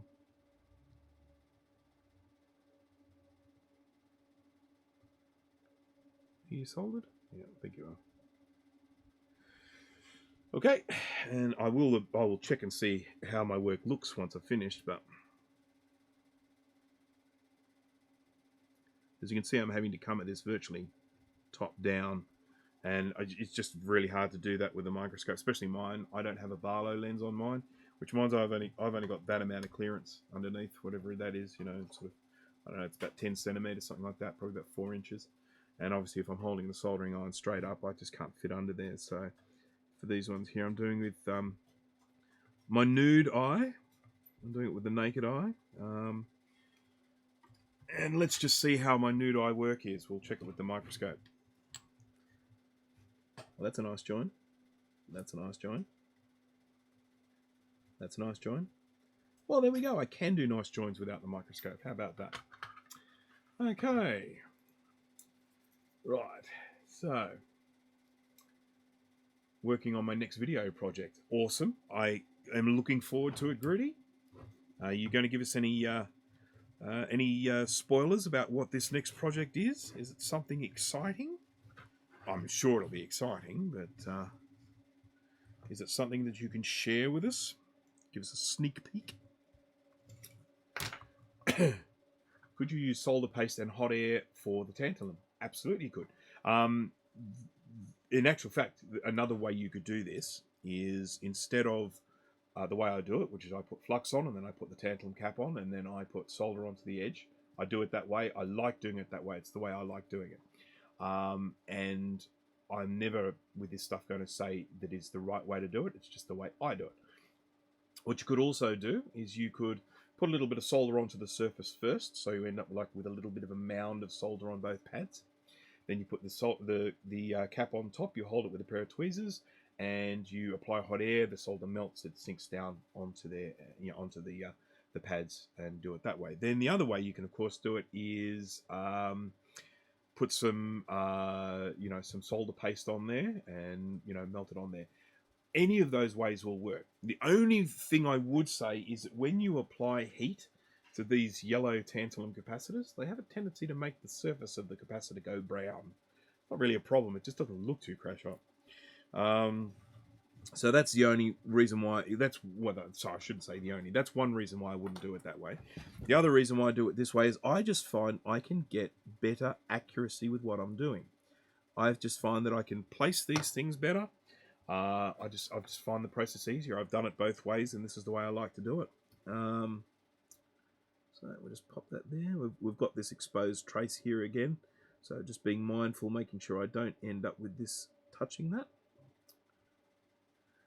Whenever you're putting these on the board, you can see that there's a little silk screen around the outside, and you can see there's like flattened edges. The flattened edges always show where the plus is meant to be. And this board has a plus written on it as well. But if for some reason it didn't have a plus written on it, I would know which way is plus because of those little flattened edges on that silk screen. Okay. And let's hold that cap here. It's beautiful. Beautiful, just beautiful. I didn't put a cap there, did I? That was good of me. I have plenty of brown tinted caps here. As I say, I don't think it does them any harm. As I have mentioned before, tantalum has one of the highest melting points of any metal. I think tungsten is the hottest, but I mean, tantalum is insanely hot. So it's not like you're going to be doing damage to the tantalum. There might be damage to something else in there, but it's like, I don't know, 700 degrees Celsius or something stupid. It's like really, really hot before you melt tantalum. It is also quite a rare mineral, so if we do run out, and invariably we will, because as with everything that we dig out of holes in the ground, there is a limited lifespan to that. You can't rely on it forever. Tantalum is quite rare, and so there is always the chance that in the future we will not be able to buy and use tantalum capacitors because there'll be no tantalum left.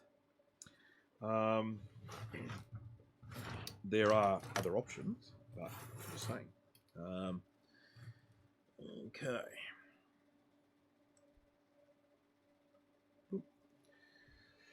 I love how disgusting this board is. Yes, yeah, me too.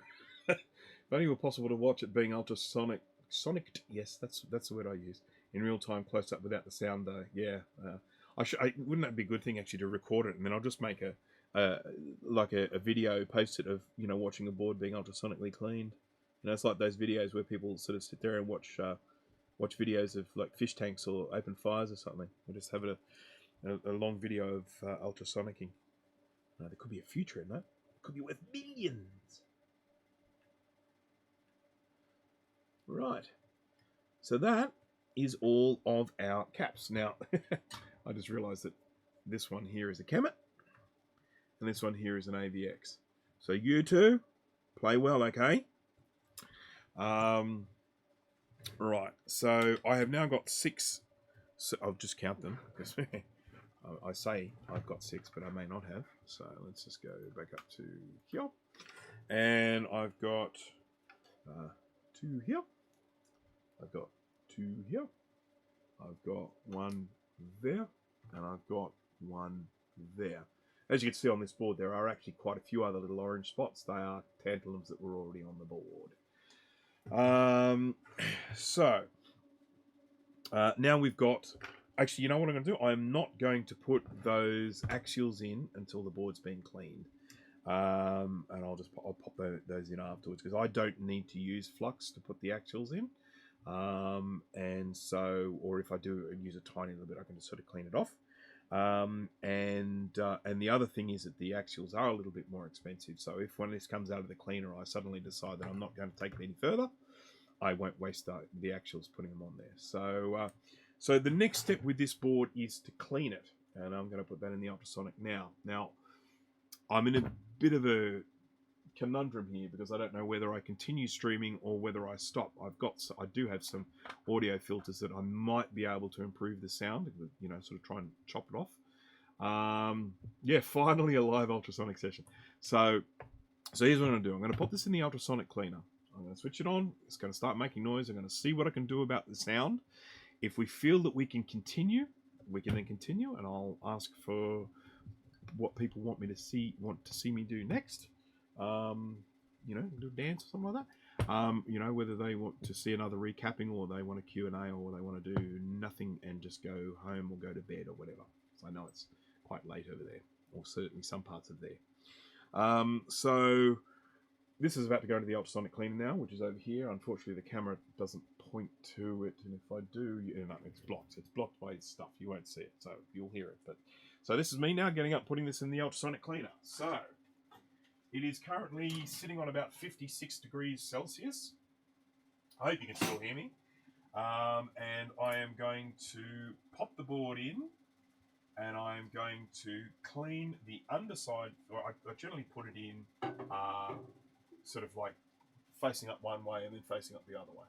And I'm going to put it in one side, and I'm going to top it up with a little bit of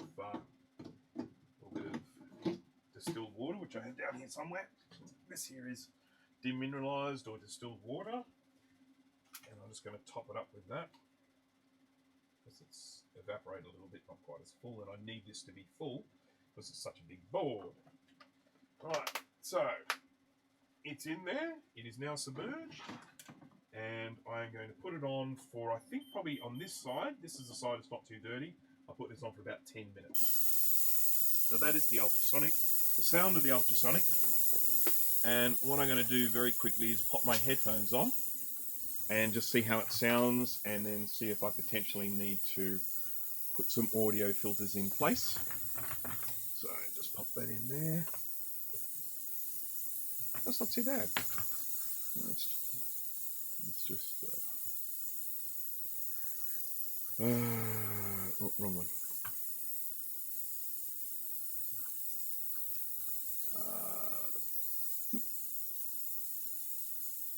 Filters. There it is. Okay. Noise suppressor. I want a noise gate. Here we are.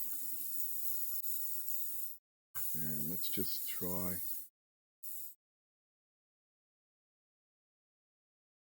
No, let's. Well,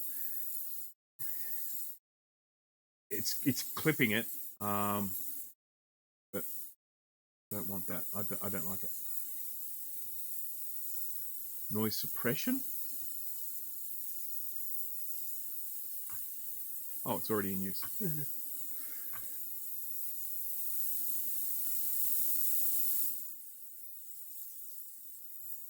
Okay. All right.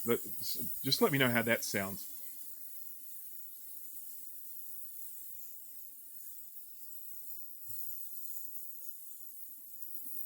Okay. So, look, we'll see how we go. I mean, it's bloody noisy for me, but it may not be too bad there because I've got the microphone just here. So, if you guys are happy with that sound, so what I've got left to do at the moment, what I actually have to do, I've got a Macintosh SE30 and I've got another 2VX. And so what would people like me to recap? SE30 or 2VX?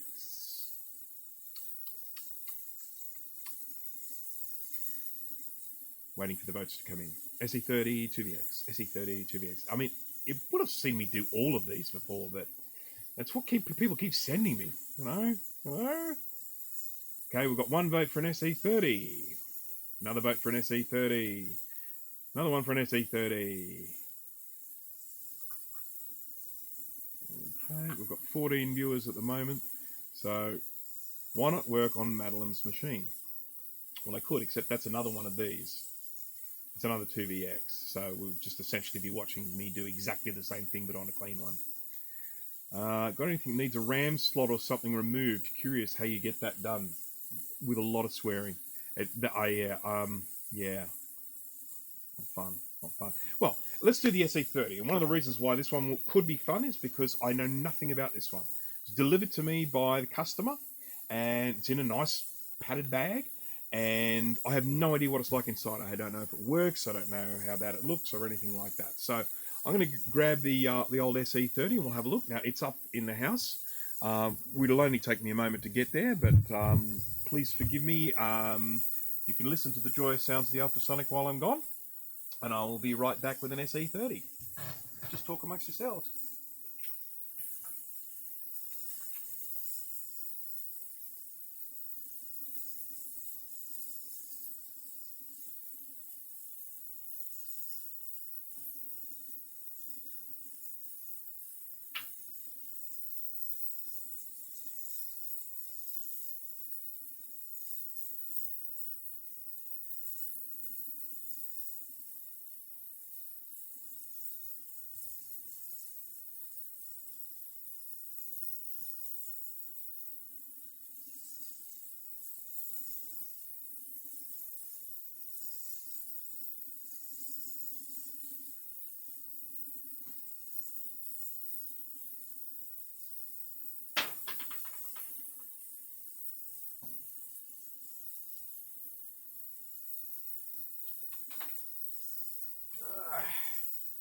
Ta-da!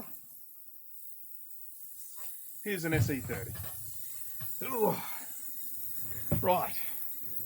Now, I'll spin him around here, and let's see how we go with that other camera. See if it... okay. 8-hour live stream. Wow. You can always stop this at any stage. So this is the Macintosh SE30. At a glance, it's not in particularly bad condition. A little bit grubby at the top, but not too bad. Yep, no, it is in quite nice condition. We've got a network card here. This is a Dana Ethernet card here. Now, for those who aren't familiar with this, this is obviously thin Ethernet, or 10 base 2. That was with connected up with coaxial. The way this used to work is rather than the way they work nowadays, where you plug into a network hub or switch. The way these used to work was they would run in series. So I can just fell down, but I don't know what they would. So you would have like a little T connector here, and you would have the cable come in to the T connector and then go out to the next computer. So the computers were all sort of run in like a series rather than all plugging back into a hub, which meant that there were a lot more sort of like data collisions, so it wasn't as quick. This one here is an AUI, and that one sort of allows you to be a little bit more flexible. You can get a little adapter to go from AUI to 10 base T. So if you wanted to connect this up to 10 base T, you could connect a little AUI connector to that. So there we go. Nice little network card. Good thing to have in an SE30, because the SE30 is still a pretty versatile computer. It's a 68030. Was it 16 megahertz? I can't remember. It was quick for the time. We've got, I'll just grab a little Ziploc bag, put all the screws in and stuff so I don't lose them. I might just change over to this one as I take these out. This is my ultra long Torx wrench, the T15 Torx. And got 4 screws to undo. We've got 2 in the handle here, buried in the handle. I'm actually halfway through a Macintosh SE30 teardown video. I just haven't had a chance to get back to it, where I basically talk about the SE30, you know, what it does, what's good about it, why people still like them today, why so many people are wanting to get hold of them. And of course, one of the main reasons why people like these is that you could put 128 megabytes of RAM in them, and that is a lot for this vintage computer.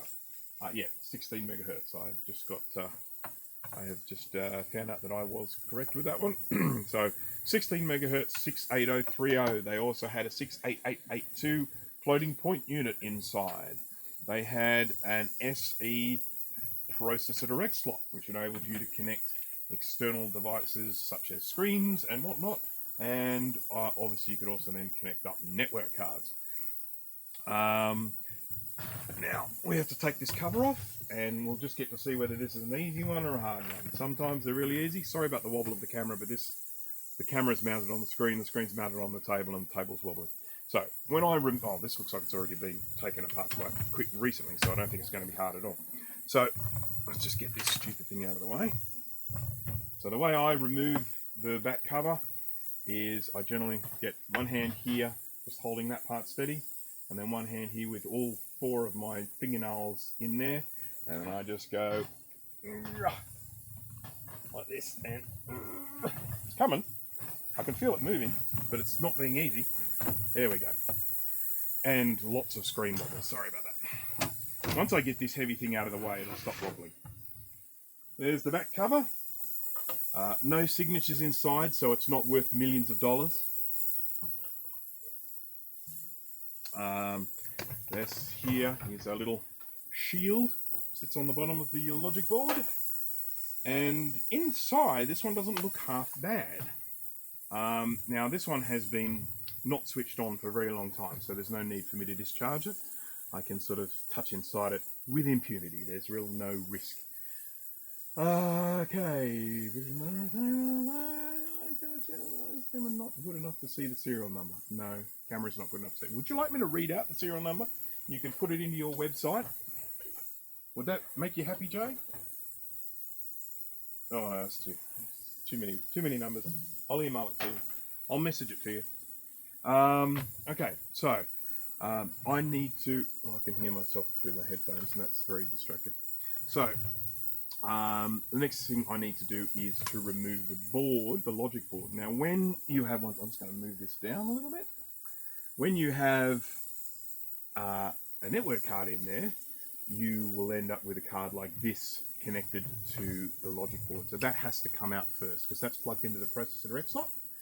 There we go. Ultrasonic finished that side. I'll flip it over now. So what I'm going to do now is I'm going to just lift this straight up. Up she comes, and you can see that's the network card there, which is then tethered to this this little output there, the little kind of breakout board if you want. So I'm just going to disconnect that. There's the little network card. Will that fit in my little Ziploc bag? Almost, not quite.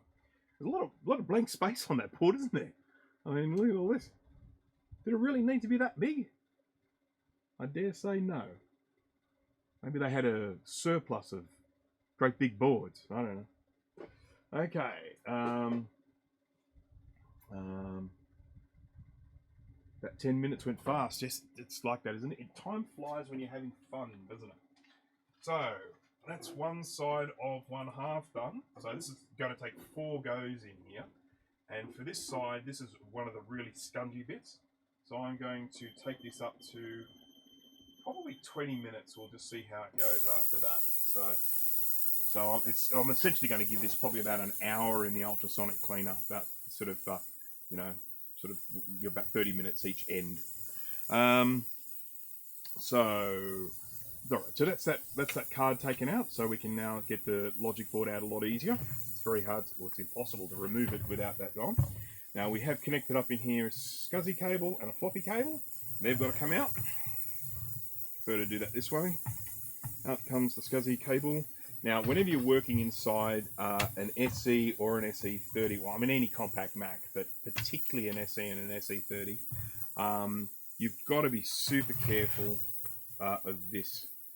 This little board that sits on the back of the CRT, if you knock that from the wrong angle, it will snap a little bit of glass off the back of the CRT, the part that seals in, or seals out the air, seals it as a vacuum. And if you snap that, the air gets in and you're shocked. So you're absolutely stuffed. So once you've got the floppy cable and the SCSI cable disconnected from here, and it's a little bit fiddly, but you get in there and you do it, we then can lift this board up. No towel to protect the front. This is actually a wooden surface that I've got here. This isn't like a really harsh. This is actually fairly soft. It should be okay. But the other thing is this this will get a full clean when I've finished. So, all right. So that's out as far as it can go because it's connected with a power cable. So what I have to do is get my hand under here, and I'm going to just plonk it here like this. I can't. There's no way I can actually show you this because it's just too hard to get the camera there and do it at the same time. But I feed my hand in here. This hand. I feed my hand in, and I lift up the little clip which is holding the plug in place, and then I pull the board away. So the clip allows for that plug to be released, and then undo. There's a little speaker cable, and it comes off, and then that can now leave the table and sit over here, and I will have fun hurting myself when I go to pick that up again. Right. Well, this is in pristine condition. I think this is a working unit. I don't think this is one that doesn't work. I think this is probably 100% working and just needs to be recapped because it looks really tidy. I mean, wowzers. We'll load it up with... They could just be 1 meg sims, but they've got the RAM sims sort of stacked like that rather than running along there.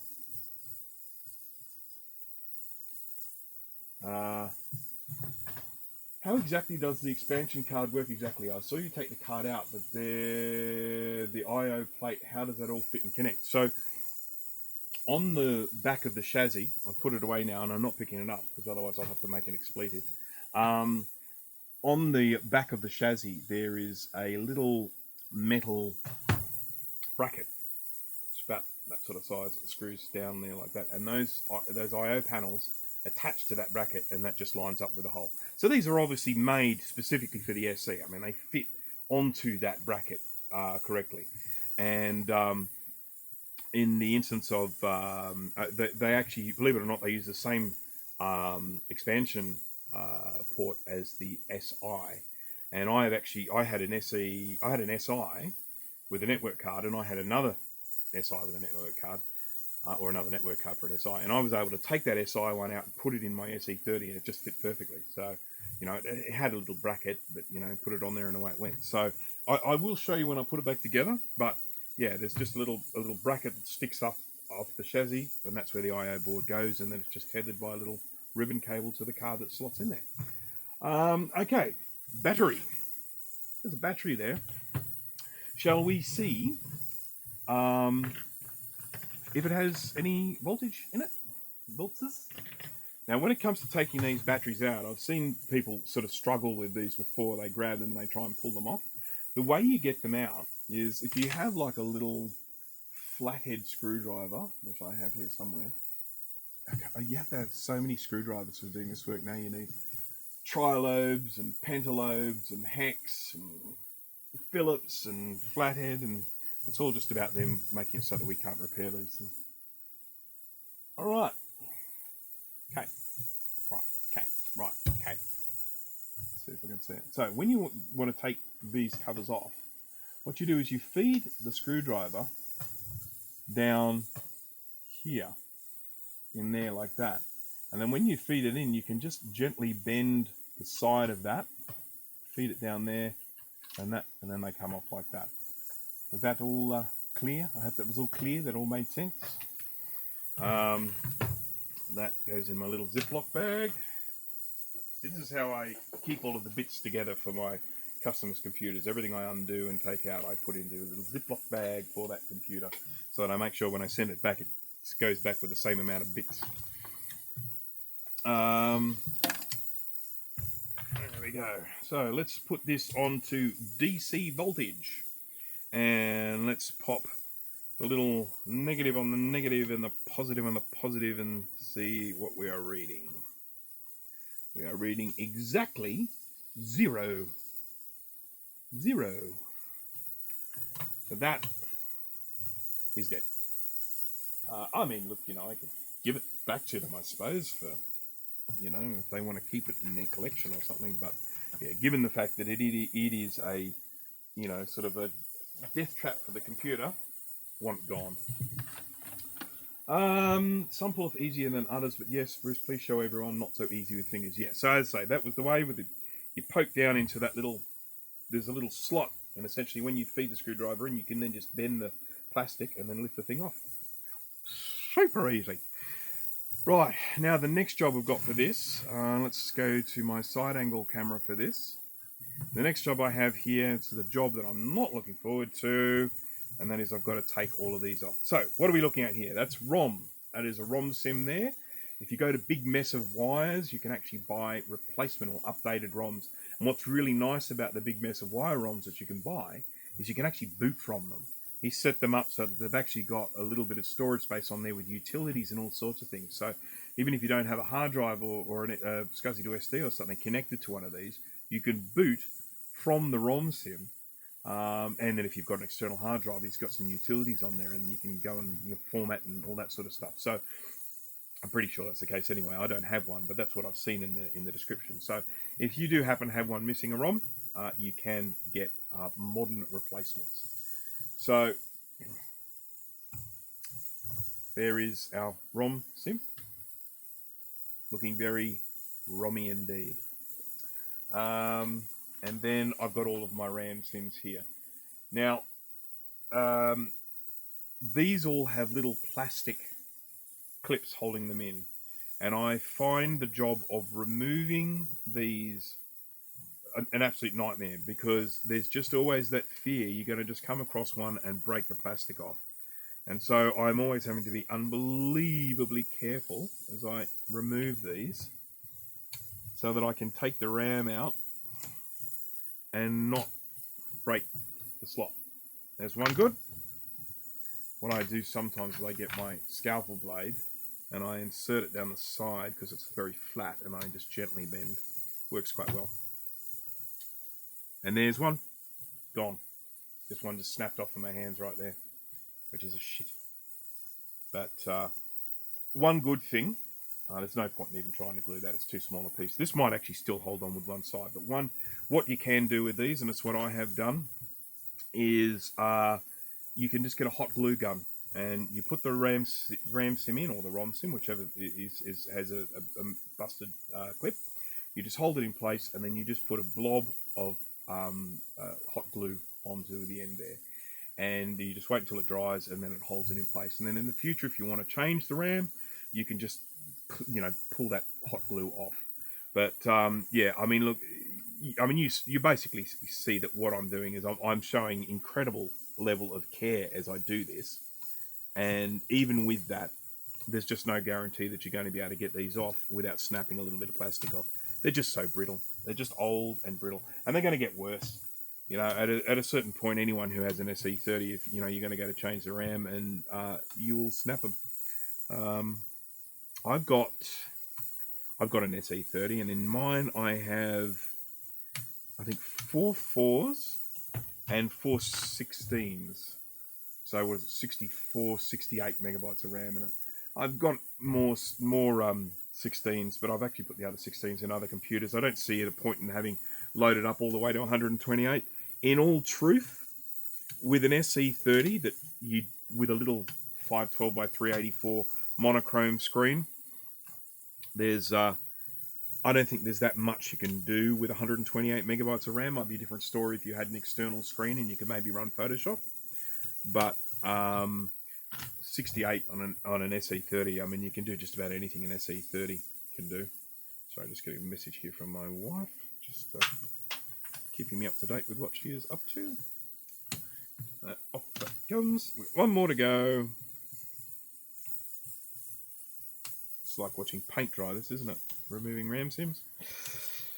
Okay. There they are. Now, I don't have time to go in. Oh, look at that.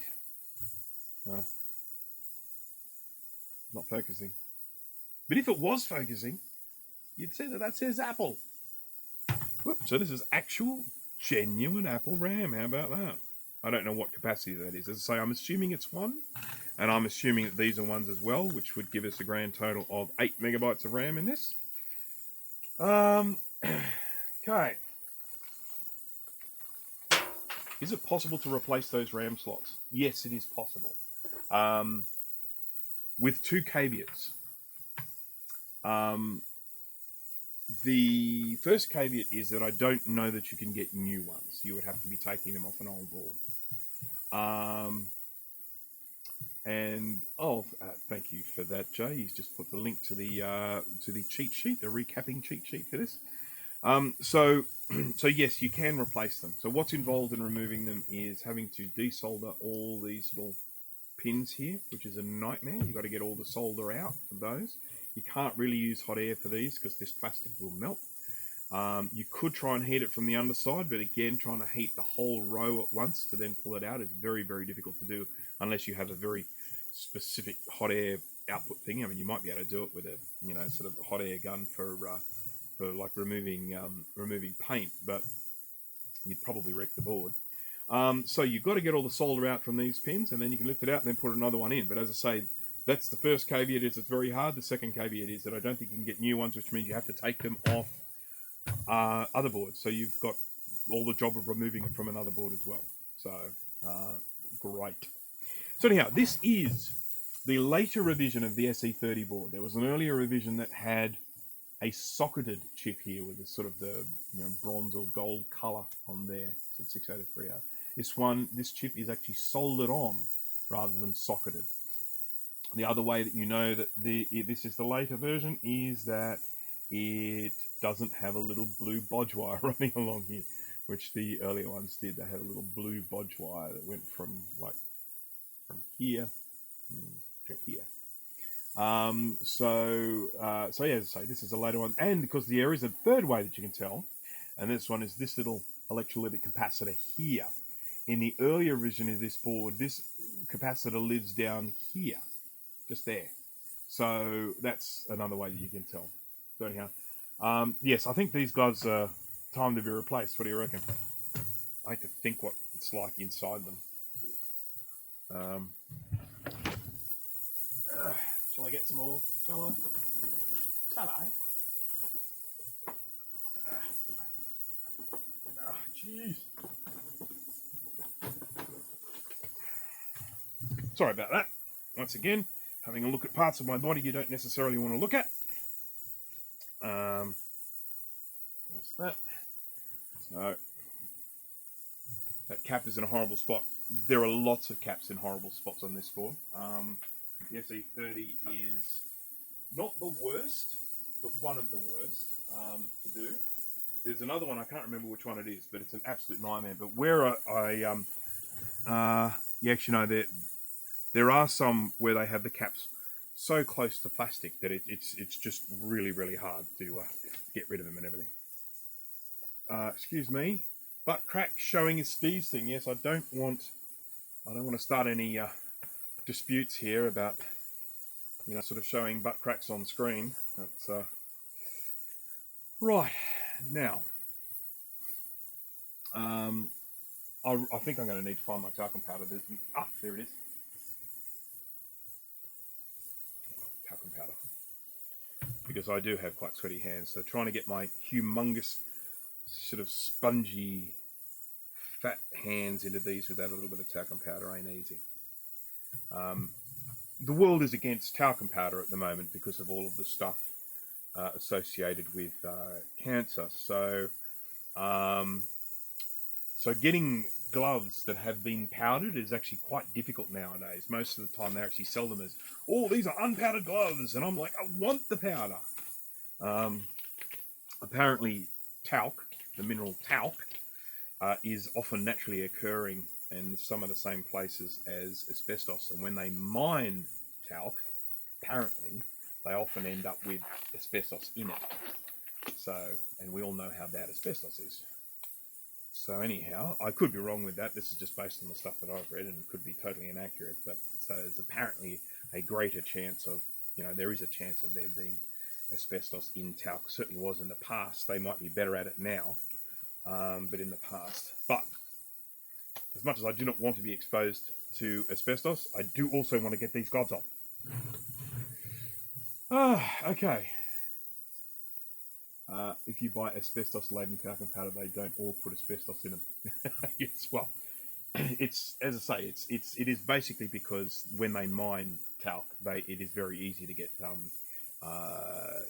asbestos in it. So, all right, so it is time to start removing some caps, and to do that, we need to go to the microscope. How are we sitting here? I'm just going to check, see how many viewers we've got. We dropped down to 12, so we've lost 2 viewers. So this could just be getting a little bit too boring. I might end up having to stop the stream soon. Let's just see if we can do a racing finish. Boy, this microscope needs cleaning, big time. I wish someone would do a live stream or a video of that. Just looking at this trace here, you can see, no, you can't. You can see this trace is completely black, should be green. I do often see this trace is black.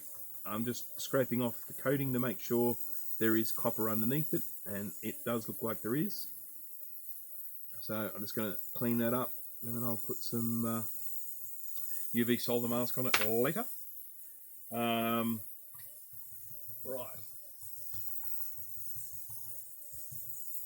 Okay, yeah, no, Steve, don't you go changing anything. You got to keep the ass crack shots in your videos. That's one of the reasons why you got so many subscribers. Okay, so the old plumber's crack, as they say. Right. So let's put a little bit of a heat sink in here, and I'm going to whip these 4 off all together.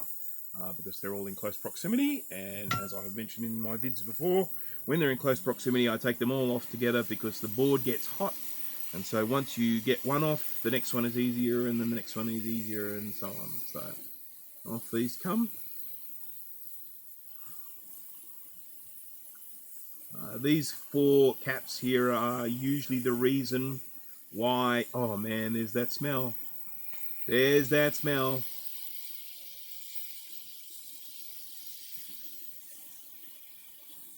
Come on. It's a little bit stubborn today. These caps here are the reason why often the first sign of a problem with an SE30 is the sound stops. And that's because these 4 caps live right next to these 2 sound chips. They're sound chips. There's one sound chip. There's another sound chip. One for the left channel, one for the right channel. And so what happens is these caps tend to leak goo into here, and then your sound stops. And so that's why SE30s regularly have sound issues. Then the other issue they have, of course, are graphics issues. And that is because this little cap here, and to some extent those 4 I just took out as well, live right above a great big row of video chips, ICs, which I will show you in a moment. Let's just take the heat shield off, and I'll just, while I'm here, I'll just whip off this big 47 16-volt axial cap. Goodbye. Goodbye. Okay, so this row of chips that you see here, these are all to do with the video, and they do get affected by capacitor leakage. Now, having said that, these ones are in remarkably good condition. I don't really see any serious corrosion there. I see gunk. I definitely see gunk, but I don't see a lot of corrosion, so that's really good. So I don't expect this one's going to have any problems with video. So that's good. Right. See you, Steve. Sorry, he's probably already gone. Bye, Steve. See you when you get back. Or maybe not. I might be finished. Okay. That smelly smell. That smells. Yes, it does. Exposed by SE30, no sound, and after it's been on an hour or so, it locks up. Yeah. So the SE30 that I got, which is in fact the very first computer I recapped, and I got it. I did a trade. I had a bunch of CPU daughter cards, and I think some RAM, and possibly some new bus cards or something. Ones that I really should have kept, but you know. And I traded them for a guy. I gave them to him, and he gave me an SE30, and there was no sound on that SE30, and that was obviously because of caps. And that was the very first one I recapped. I did a terrible job of it, I got to say. Now, this part here, plastic, cap. So I like to do as much as I can to try and stop this plastic from melting. So what I do is I get some, oh, you know what I'm going to do? I need to move this thing in order to get my captain tape. There we go. Let's try that. Is that okay? Yeah, we see it. This is my captain tape. This is heat resistant tape. I'm going to grab a bit of that. And I'm going to have to put this somewhere. There. And I'm going to slip this down in between the caps and the plastic. I'm just going to wrap it around there just to try and provide a little bit of extra heat protection, and then I'll put my little heat shield in there as well. So the hope being that with those 2 levels of protection that I should be fine and not melt anything. So now let's knock these 3 caps off one at a time. Start with that one. Get some heat on it there.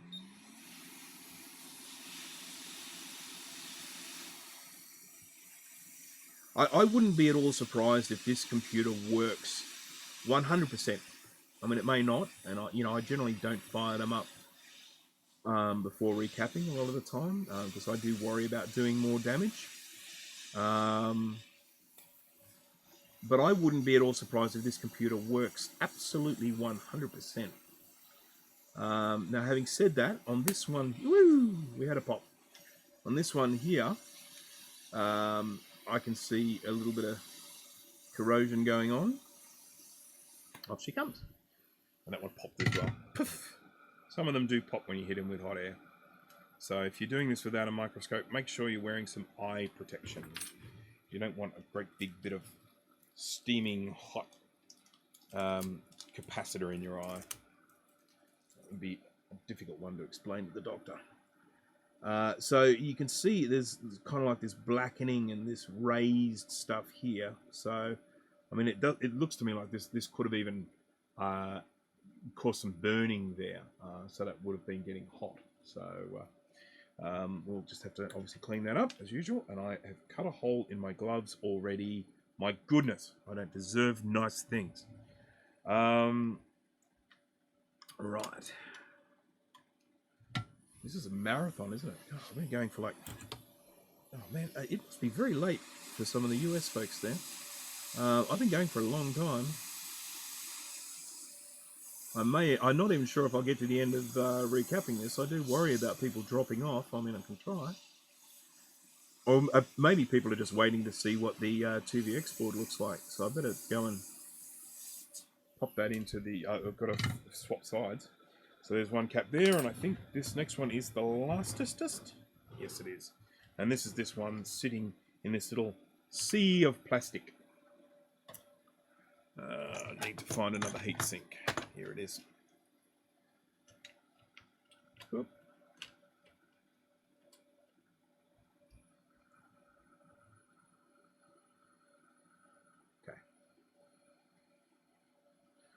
So I'm going to try and do this without melting the battery holder. If I do see the battery holder starting to melt, I will stop.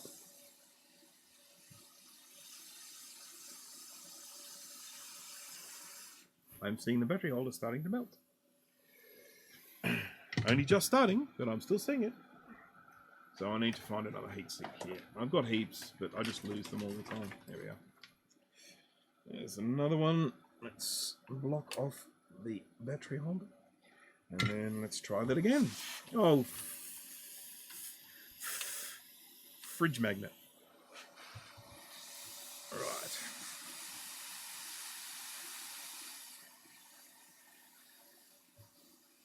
Okay. Woo! I'm sorry, I just make that noise. I can't help it. Right.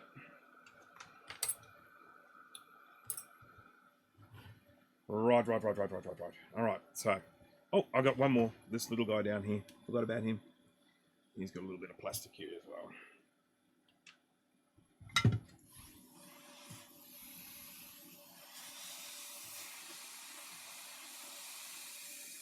This one should be an easy one to get off.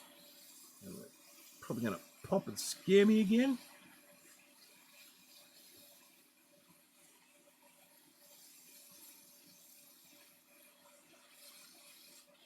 Off she comes.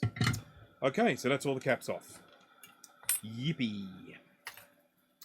Now we've got some cleaning to do, and we're all familiar with this old process. Get a little bit of flux on there. Get a little bit of fresh solder on there.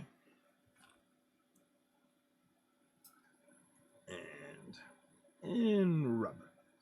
See how clean that's coming up? You know, virtually no rubbing at all. Ultrasonic cleaner is ready around 3. I know. I keep getting distracted. Let me do it. I'll do it. Just a minute. Oh, jeez, it still looks bad. I have just spilled ultrasonic fluid all over my shirt.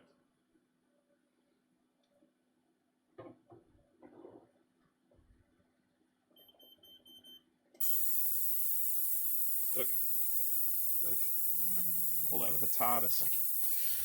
Okay. So, it's in again. Let me just add a bit more time to that. There we go. So, that's all happening. Now, these pads are coming up really clean, nice and easy, so that's all good. Let me just double check here. SE30 board could hardly compare to TVX. Yes, this is true. I may have to throw in the towel on that SE30 board I've been battling with. 13 chips replaced, still no go. That's... Goodness me. Yeah. So I saw the bent pins. It clearly wasn't the bent pins. I thought that would... I really thought you were onto a winner with that one. Yeah, I've had, I think, one SE30 board I ended up throwing in the towel with. It was just after just spending huge amounts of time. There's sometimes you would just sort of kind of have to cut your losses. I mean, if it's just for yourself, you can kind of just do it in your spare time. But when it's for a customer, it's sort of like, at a certain, at what point do you stop, and how much time do you invest, and then again, how much of that can you charge back to the customer? At a certain point, you kind of just have to say no. Okay, so right, we've got here all that history on some of these boards that have never been cleaned in their lives. Yes, this is true. Skin dust from their original owners, hair from pets long gone, fluff from 80s clothes. Yep, indeed. The I'm just going to assume, though I don't know this, that some of the people watching the stream have probably watched a Rossman stream from time to time. And one of the things that always used to make me laugh was when he'd get a board with something gross on it, how squeamish he would get. That's not me. I don't really care. I don't care if it's hair or skin or whatever, I'll just wash my hands afterwards. Not, as I say, not particularly squeamish. Okay, so we're just going to work our way through these grotty pads, but that first one I did looked very promising. I think this will be a pretty easy job cleaning these up, because not like that VX where I had to scrape and scrape and scrape. This board is being very helpful, and this probably would have been a candidate for my world's fastest recapping video, where I set a new world record for recapping a board. A record that has never been beaten, to my knowledge. Could well have been, I don't know. Who cares? I've just realised I'm using my good flux for a bad flux job.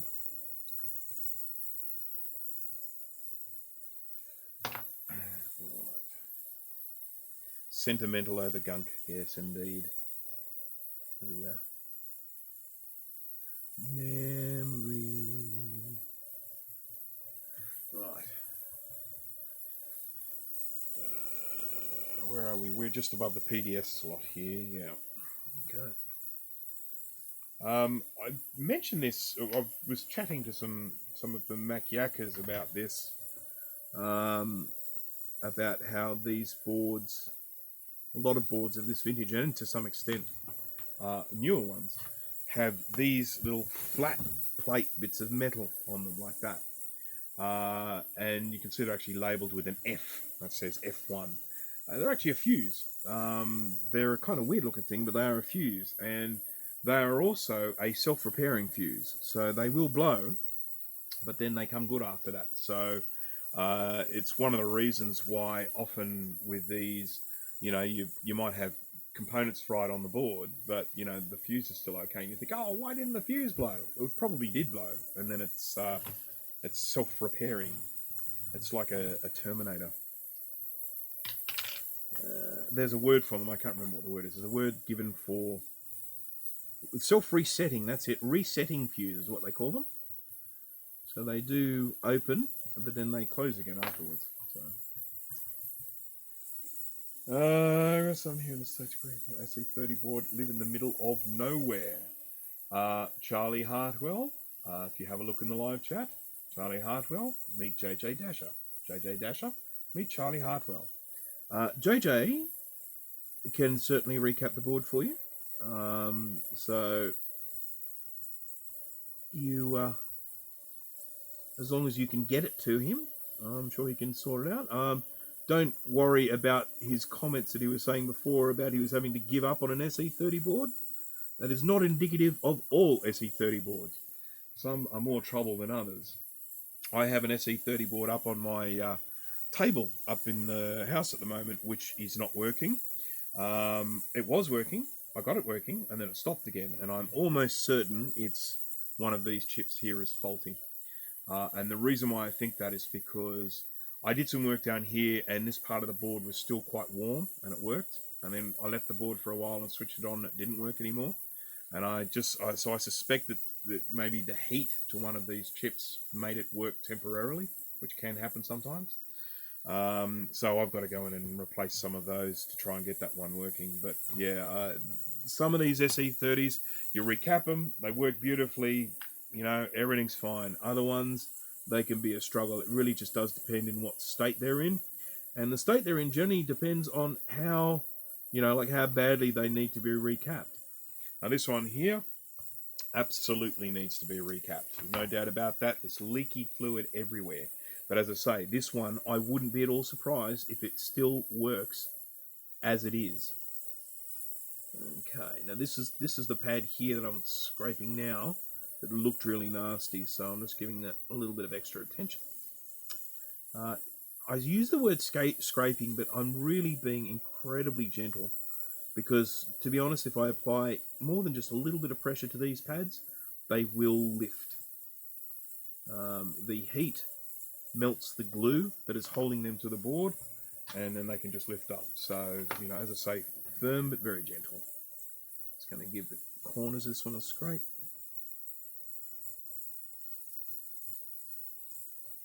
Yep, that's good. Always, there are times when I just see black stuff and I just sort of think,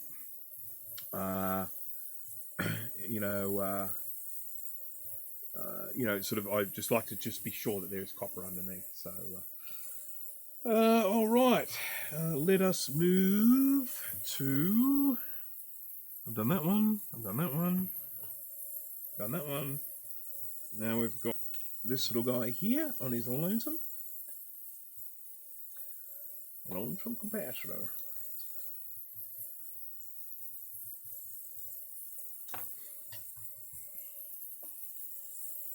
See you, JJ. Thank you for joining. Appreciate it. Okay. Here we go. So as I say, I do have a few interesting recaps coming up in the future. The only reason why I'm not doing them today, and I'm doing boring ones today, is because, I'm just going to take this pin out while I'm at it, while I'm here, is because some of those boards I haven't done recapping guides for. And when I do a recapping stream or a video, I do like to be able to link to a recapping guide. And wow, this one's in there.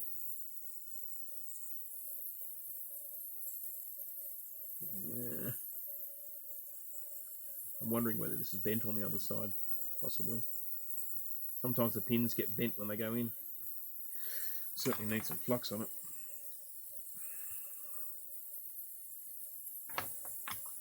It's got a smell.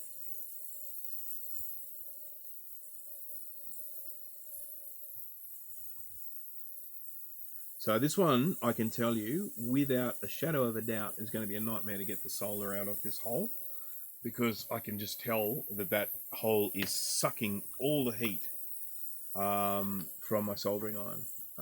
So I'm going to try it.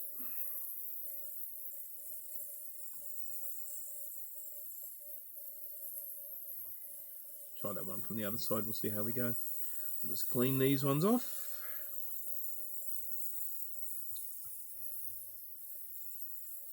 SE30 is hardly boring. I agree.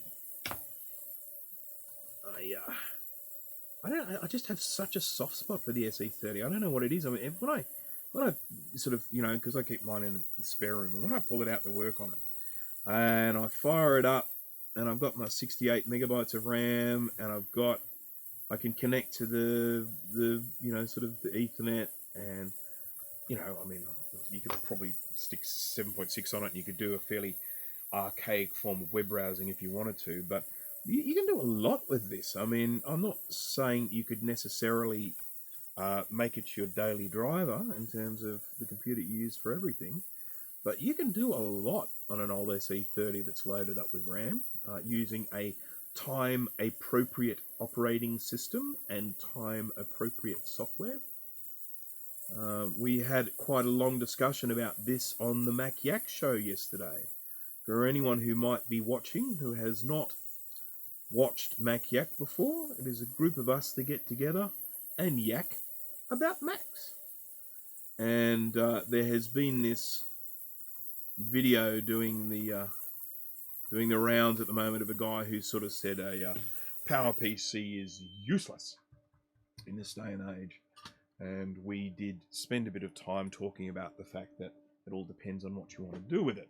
And of course, we commented on the fact that there was a time when we used to use computers all day, every day, and never connect to the internet. And there are lots of things that you can actually still do on those old computers. You just have to make sure you're doing sort of time-appropriate stuff, you know, stuff that is appropriate for the time that computer was made. I got to tell you, this board is still scungy. Whew. This might even need some more doing. We'll just see. I might need to get at it with a toothbrush. Okay.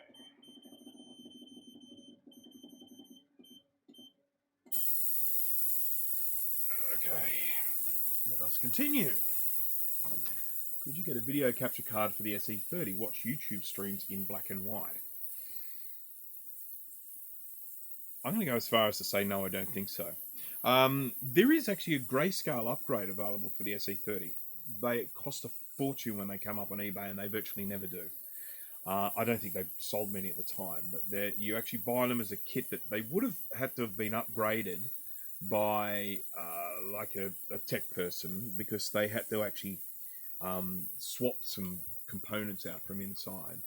But they allowed you to upgrade an SE30 to display 16 shades of grey on that little black and white screen inside, which would just be awesome. I would love that. But as I say, they're just way, way too expensive. They virtually never come up, and when they do, they're too expensive.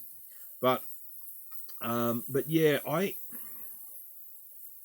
don't know that you could play video. I mean, I don't know that the ability was kind of ever really there on that black and white screen. I mean, in terms of things like QuickTime and that, whether you can even watch animations, I just don't know. I've never even tried. Someone might have, but not me.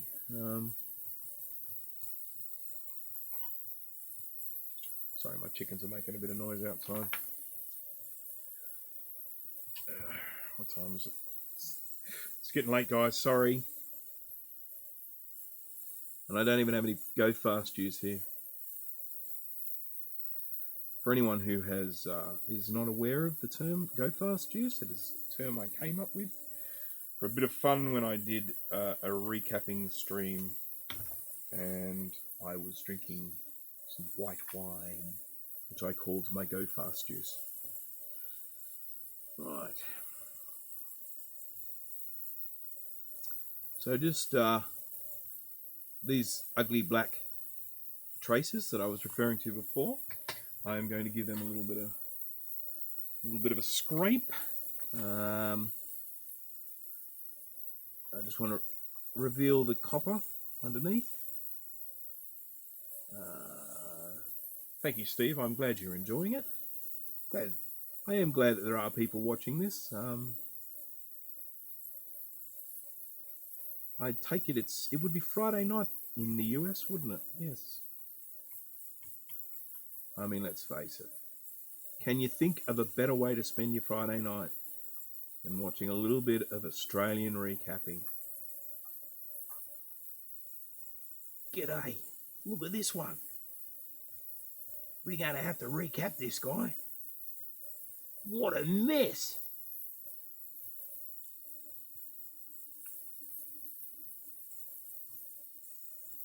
Crikey. This goes all the way up here.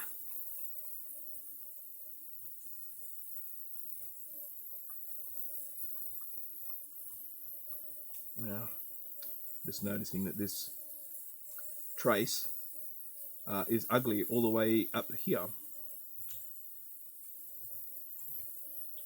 I don't think it's broken though. I mean, I think it's intact the whole way. It's just ugly the whole way.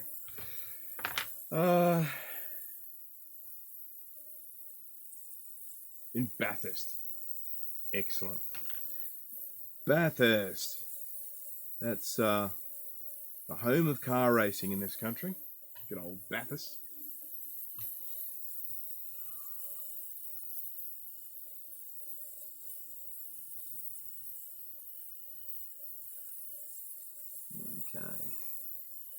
Ford v Holden. That's how it used to be. Won't be like that anymore. Changing landscape with car racing in this country and touring car racing. Because we don't make cars out here anymore. We used to, but we don't anymore. But that's another topic. Okay. Slow down. I enjoy watching something I can't do. Can I just say something very quickly about that? Just worth mentioning. Now, I sort of said earlier on that I have actually been using soldering irons and soldering for a very long time. But this type of soldering, I have only been doing for a handful of years. And most of the stuff that you see me doing here, I could not have done this only a handful of years ago. I probably would have made a right mess of it. Actually, I know I would, because I went back and looked at my first recapping job, and I was so embarrassed I redid it.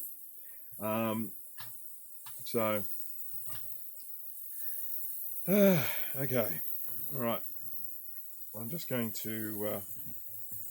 I think that's all of them. I think, yeah, they're all clean now. So now I go and get my Q-tips or cotton swabs or cotton buds, depending on what you call them. And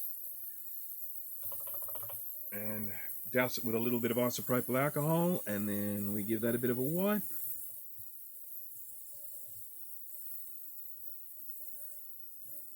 Okay, once the flux sort of softens, which it does when it gets cold, it's a little bit harder to clean up. But as you can see, we've got some nice shiny pads there, looking pretty good. Yeah, good, thanks. I'll just keep working my way through cleaning those. I've still got a couple of things to do before I put new caps on it. I've got to remove the axial caps. This is a model with two axial caps on it. I think just off the top of my head, I'm not looking at them, I think one of them is a 470 microfarad 16, and I think the other one is a 220 microfarad 16 volt. And they need to be removed. I've already clipped the big one off. Now I'm going to clip the small one off. Clippity clip. And then I have to remove the legs. And as I've already done this once in this stream, I'm now going to do it again. And as I said before, I clip the cap off and then I just remove the legs one at a time. And I just find that the easiest way to do it.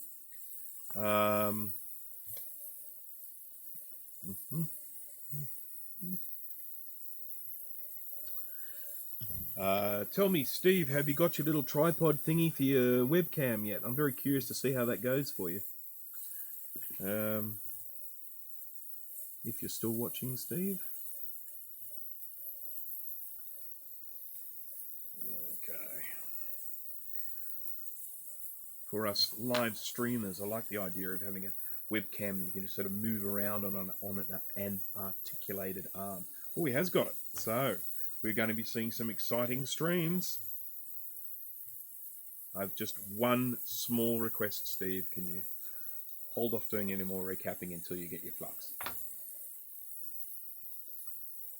Okay.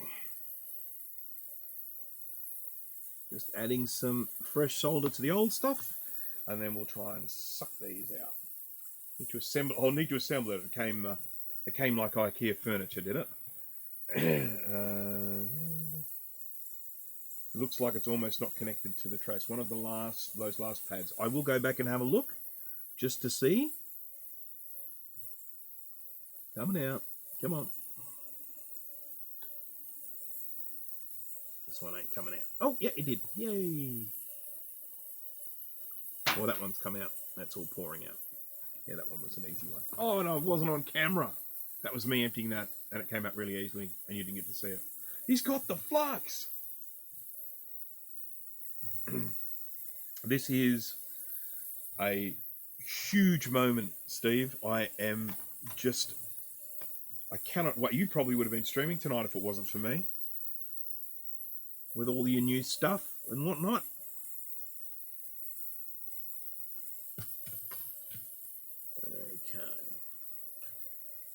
Well, I suppose it's what's Saturday for you tomorrow, so Saturday's a good day for recapping live streams. I'm off on a club car club run tomorrow in the morning, or for lunch anyway. So I may not be here for streams if they are too early.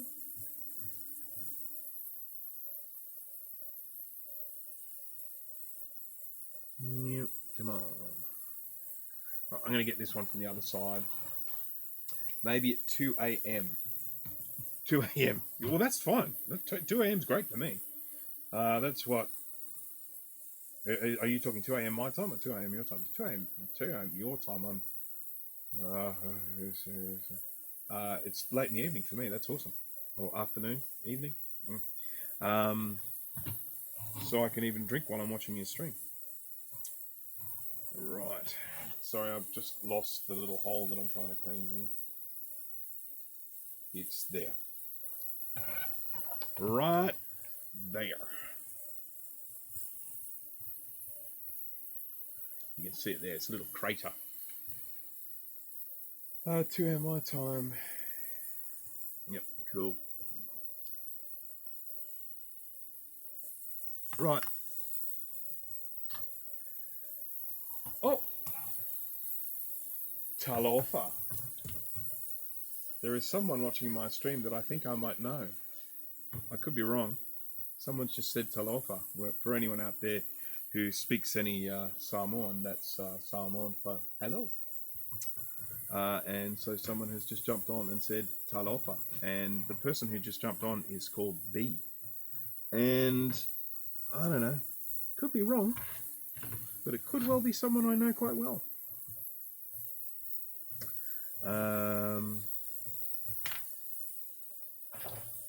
I have no idea what this particular person's YouTube handle is, so I can't be certain. Alright. Sorry, I've got to speed this up. This is just crazy. This is crazy. Taking way too long. Cleaning. This is me cleaning. That's clean. That's not clean. Cleaning out of focus. Yes, still going.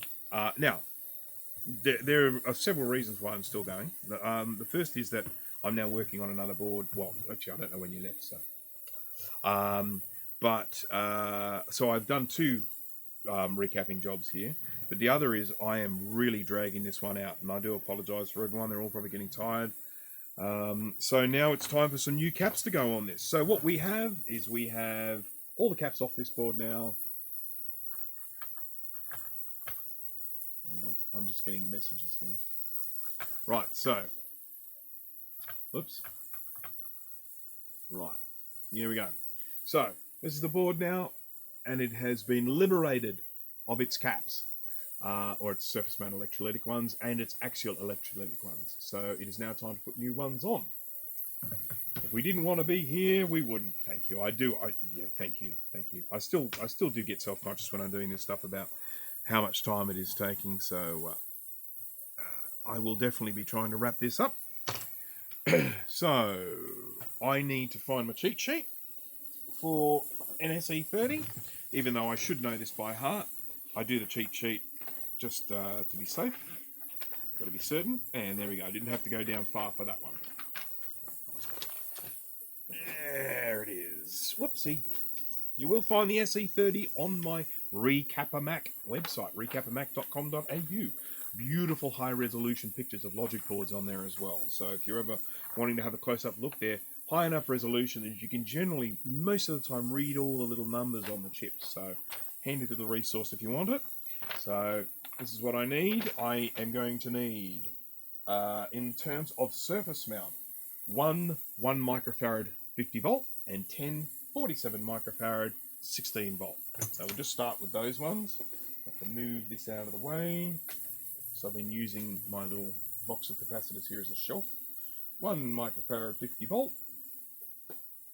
Just one of those. I always put that on first. When I've got a situation where there's like most of them of one type and only a couple of another type, I put the other type on first. I put the smaller number on first, and then I put and then I work my way through all of the ones that are all the same.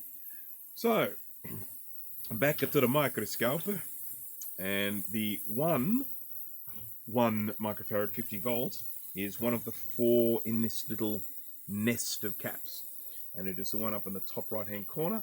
It is slightly smaller than the others. You can actually see from the size of the silk screening. That one's a big square, and that one's a little square. Okay. Right. It's my line, damn it, Steve. Yes, you're right. That is the line that Jay has used several times, but it's because we hang around together so much. That's why. We'll start saying each other's lines. I mean, figuratively speaking, hang around together. There is quite a large distance between me and you guys. Right. Okay, so this is our 1 microfarad 50 volt, which I'm about to pop on here. Normal steps. I get some loads of flux. I get some solder on the end of my soldering iron. I then apply the solder. It transfers across to the pad and to the pin, and then I hold it down with the tweezers and just rub it again just to make sure that it's flush. And as you can see, that is being held on by one side, so everything is good. These caps, you'll notice they're quite large in comparison to the pads that we're putting them on, so they are a little bit tricky getting them on and making sure that you're getting solder onto those pads, because they're quite a large size in comparison. But it's on, it's there, it's on securely. It can be done. It is not impossible. We have the tools. We have the talent. Oh, we have the tools. Okay, so then we've got a whole bunch of 47s. I'm gonna have to move this out of the way and just make a mess. Let's get some. Go again. Right.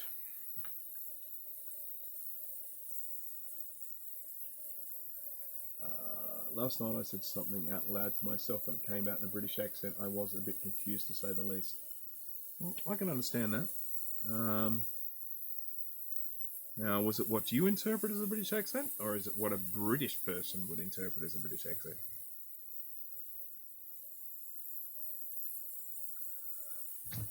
I find that most of what comes out of my mouth is in an Australian accent.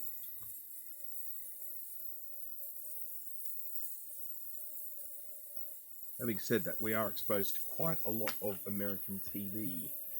So, sort of speaking in at least a bit of a wonky American accent is doable, although I certainly won't be doing it today. Excuse me. Right.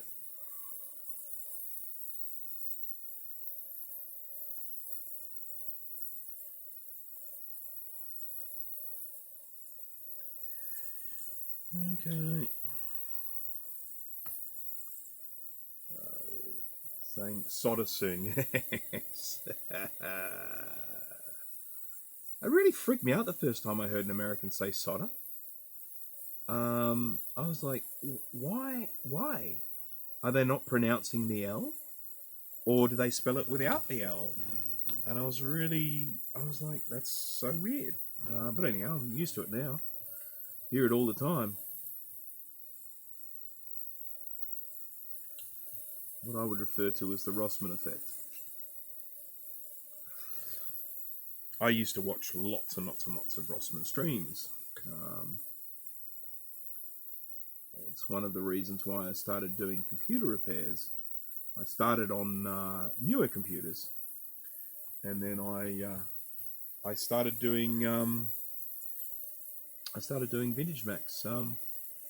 Mainly because the demand was there, I suppose. I had people asking me if I could do recapping, and I sort of said, well, yeah, sure. And of course nowadays I've got people sending me boards left, right and centre.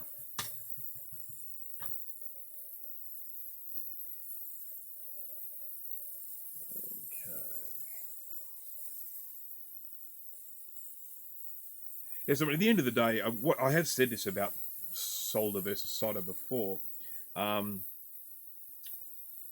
If you go back and look at the etymology, if you think of where the word actually came from, there's an argument to be made for both pronunciations. The most important thing, as far as I'm concerned, is the fact that we all know we're talking about the same thing. As long as we're all clear on that, and we know we are all talking about solder or solder, whatever it is, whichever one is said, then I think we're fine. Okay, so that was the fourth side. Yeah, as long as we say Bondi Blue. Yeah, I can see why you would say Bondi, but it is named after the beach, and the beach is pronounced Bondi. So, yeah. All right, I'm just going to go check on this VX board, so bear with me just a minute. Oh man, it's still really dirty. Just going to grab a toothbrush, and I'm just going to give this a little bit of a scrub on some of these places of concern. One thing I can say is that looking at this board, I don't know if you can hear me over there, but looking at this board now, I can see quite a lot of scunge has come off the pins of these ICs, which was one of the things I really did want. But I'm just thinking that I might do the other side just again very quickly. So, sorry to everyone who is just like, oh, it's done now, it's done now. It's not quite done now. It's nearly done now. You can't ultrasonic for too long. You know, there are limits to how long you can do it for. It will eventually start eating away at the solder joints. And so you can generally see a board that's been ultrasonic for a really long time because it gets all this little pitting in the solder joints. And as I say, it will eventually clean the solder joints away if it's given long enough. Okay, what have I got here? I want to see a Bondi Mac just for a lark. A Bindi Mac, yes, Bondi. So, as I've said before, the derivation of the word Bondi, it comes from an Aboriginal word, the indigenous people to this country, and the word is for waves breaking, and the word is Bundi. And so, in actual fact, it would make more sense that the beach was referred to as Bundi Beach, but we are Australians, and we do like to massacre the way things are pronounced, and we pronounce it Bondi. So, there you go. I am going to put another cap on this board. Pop another cap in this board. And how's everyone holding out there? Yeah, look, it has to be said, if you want to see any videos about, Bondi Blue, IMAX, or, G3s or whatever, jump on to Mac84, have a look at his channel, subscribe.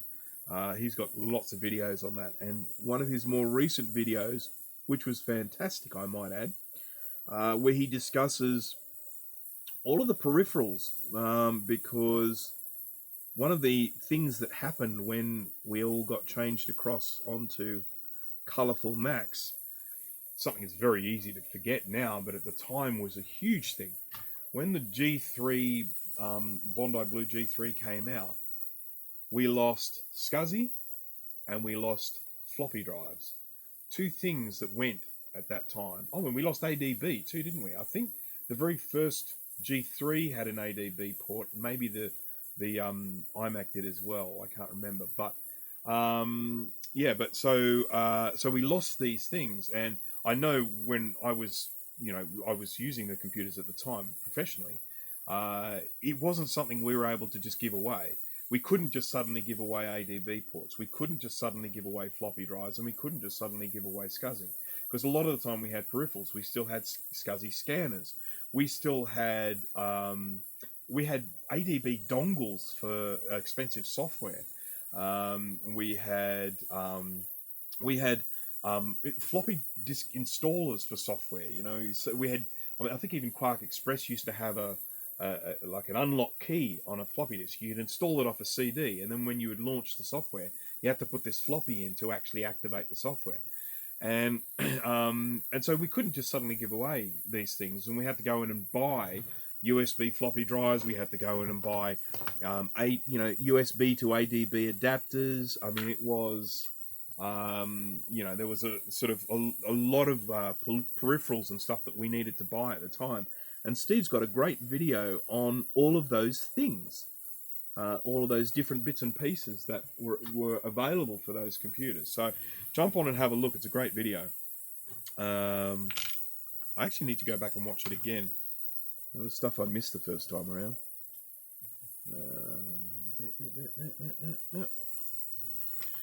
Okay. Last G3 tower, blue and white, had an ADB port for the studio ADB monitor, which needed the ADB port. That's the only reason Apple kept it there. iMac was USB only. Yes, I actually remember we had the G3 that had the ADB ports on it, and then we had newer ones that were G4s, and we ended up having to, I think, keep using the G3 even though we wanted to use the G4 because we needed the ADB port for something. I think it was probably a hardware dongle or something like that, or sort of a software dongle. We used to use very, very specialized software that you had to pay an absolute mozza for. That's Australian for a lot. And so they used to protect that software with little hardware dongles that you would just hang off the ADB port. I don't want to melt anything. There we go. And a flip around. This is the cap that's right buried in amongst all this plastic, so I'm having to be very careful and keep spinning the board around. If you're wondering why you're getting that feeling of motion sickness, that's why. There we go. Another tiny little joint there. Print in position software love dongles. It did indeed. I actually remember we had two in position softwares we used. There was one that was a plug-in for Quark Express called In Position. In Position. That had a dongle. And the other one we used was called Preps from memory. That was the in position software that we used. And the other hardware dongle was a raster image processor software. And for those who aren't aware of what that is, it's what turns an image or a file or whatever, a PostScript file, whatever, into lots of little pixels on a printer. So we used to print to these incredibly high resolution printers, and the raster image processor would convert our files, PostScript files, whatever, Quark Express, PageMaker, InDesign, whatever. It would convert those into obviously rows and rows of high resolution pixels. So, and yes, that had a hardware dongle as well. So yes, we were surrounded by hardware dongles. And look, just for the interest of anyone here, I see obviously that Dana has some interest in, or certainly some prior experience in imposition. Used imposition as well, yep. And still use preps today. How about that? There is a website called imposeonline.com. And on that website, you can upload a PDF. It still uses the Flash uploader, which is a shame. But you can upload a PDF and you can do fairly basic print impositions with that. So you upload your PDF, you select the page layout, you press a button, and it spits out an imposed PDF. And as I say, that's called imposeonline.com, and you'll find that on the interwebs. So if you're ever in a situation where you need to do a fairly basic imposition and you don't need all of the fine whiz bangery, you can impose even if it's just as simple as doing printers, printer spreads. I've used it sometimes when I've wanted to print out my own manuals. I just print them out as printer spreads on an A4 paper, and then I just fold them up and staple them and create my own little booklets.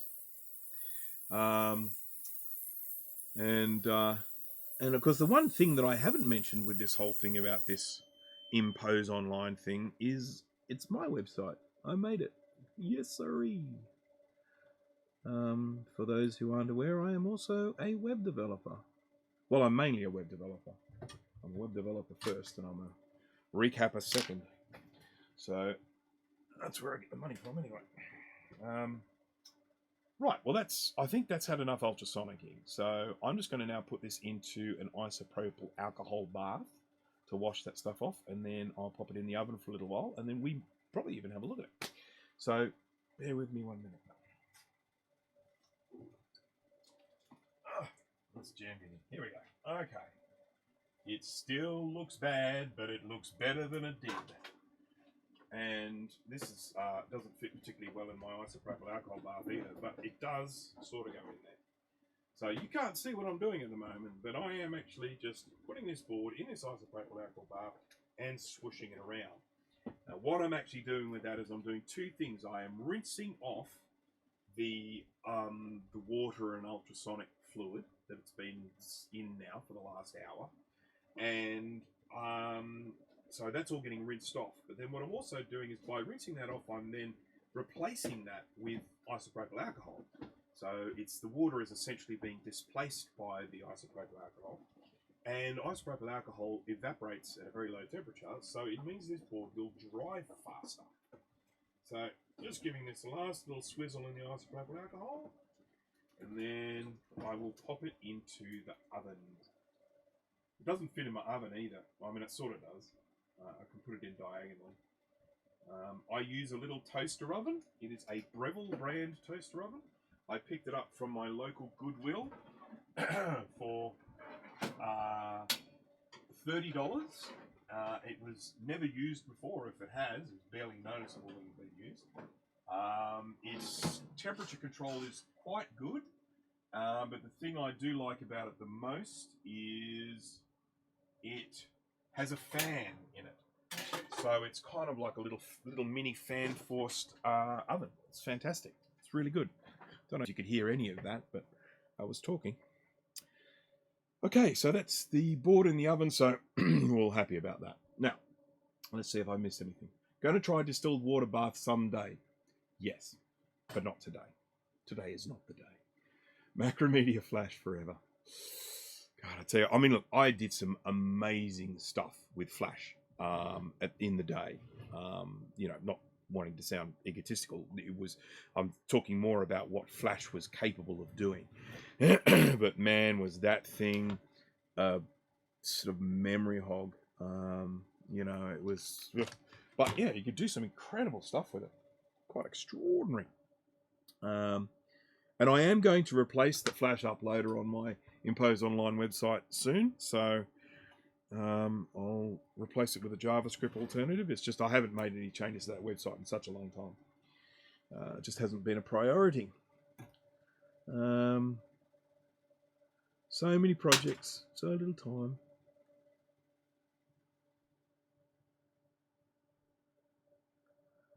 Right, there we go. And then the other side. I'll tell you what, this will be the last of recapping for me for today. I have had enough. I have had enough flux fumes and solder and gloves on my hands, and the app was about it. It was character animation Flash. I loved it. Yes, crashes in memory hog. Yeah. One of the main things I used to do with Flash was advertisements. People used to pay me to create little animated advertisements that would pop up as banner ads and stuff. Of course, that nowadays people are just using JavaScript for that rather than Flash. But there are lots of tools for doing that nowadays. That's the crappy flux. So what would happen is I would work with a designer who would come up with a concept and create artwork. and they would send it to me, and then I would go in and program it to do little fancy stuff. You can often get it so that there would be buttons you'd click in and make cute little things happen and all that sort of stuff. Try and get a little bit of interactivity there. You know, look, from my perspective, I liked it. I knew how to program in it. It had a programming language called ActionScript, and I knew how to use that. I had a bit of experience with linear animation, so I had no real problem working on the timeline. You could sort of nest timelines within timelines, which was great. You could do some, you know, pretty amazing stuff with it. And some of the stuff that I did create in the past, some little interactive things, they were amazing. And I say that not from the perspective of, oh, I'm amazing, because a lot of the time I was only a small component in them. You know, I might have done a little bit of programming, but they were the culmination of lots of great minds, designers, illustrators, and then programming coming in at the end. And we did some amazing stuff with it. There's no doubt about that. Stuff that I'm really proud of. But the problem with that now, you can't really put it in a portfolio because no one's got bloody Flash installed on their computer anymore. You say, I did this awesome thing in Flash. You can't see it because you need to install Flash, and everyone's scared to install Flash now because they're scared it's not really Flash. It might actually just be some malware telling you it's Flash. So, yeah. Oh, this is the pad I thought was not almost not connected. Okay, so we're gonna have to work through this. Was it on? Okay, let's say this is 1. I'm going to move it. 1, 2, 3. Was it on 1, 2, or 3 that you thought? On the left pad of the middle of those 3 caps. Yeah, okay, so that's this one here. And yes, that one was the one that was actually appeared to be burned. So it appeared to, like at some stage, it will have generated some heat. Also, I put a whole bunch of things here. So I'm just going to clean away a little bit of this flux here, and we're going to zoom in on it, because ultimately what I'm looking for with this is I want to be sure that the copper is making contact with the via going down there. So first of all, we've got a little line here, and you can see that line there. Now, although that may look like there's only a little thread going through there, I know these well enough to know that if I give this a scrapey scrape, oh jeez, look how scungy that is. Sorry. Cleaning my scalpel. Alright. If I give this a little scrapey scrape here, you should find, I could be wrong, I could be completely wrong with this, that even though that looks like there's no copper making contact here, it's a dip. And there is actually copper there, under there. Oh, sorry about the focus, guys. That's a bit better. Can you see the copper underneath there? Starting to show through. And so even though it looks like it's a break there, it's actually just that the copper is dipping down. It just sort of dips down into a little dip in there. So I'm quite comfortable with that one. I don't feel that needs any repair. And then I'm also comfortable that this is connecting to that via. So, I mean, we can test it, of course. I've got a machine that goes bip here. So let's put it onto bip mode. And I'm going to place one here at the middle of that and another on the pad. And we've got nice continuity going on there. So really no issue there. But thank you for pointing that out. I always do like to have extra sets of eyes looking at this stuff.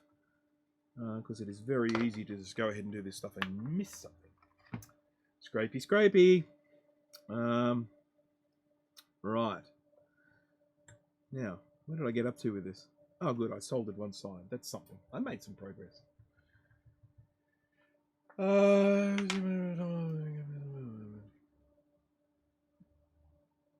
Use the machine that goes beep on the machine that goes eep. Yep, I'm not going to do the eep sound because that is Steve's thing.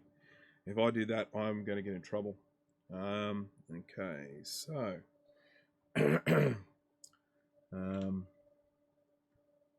right,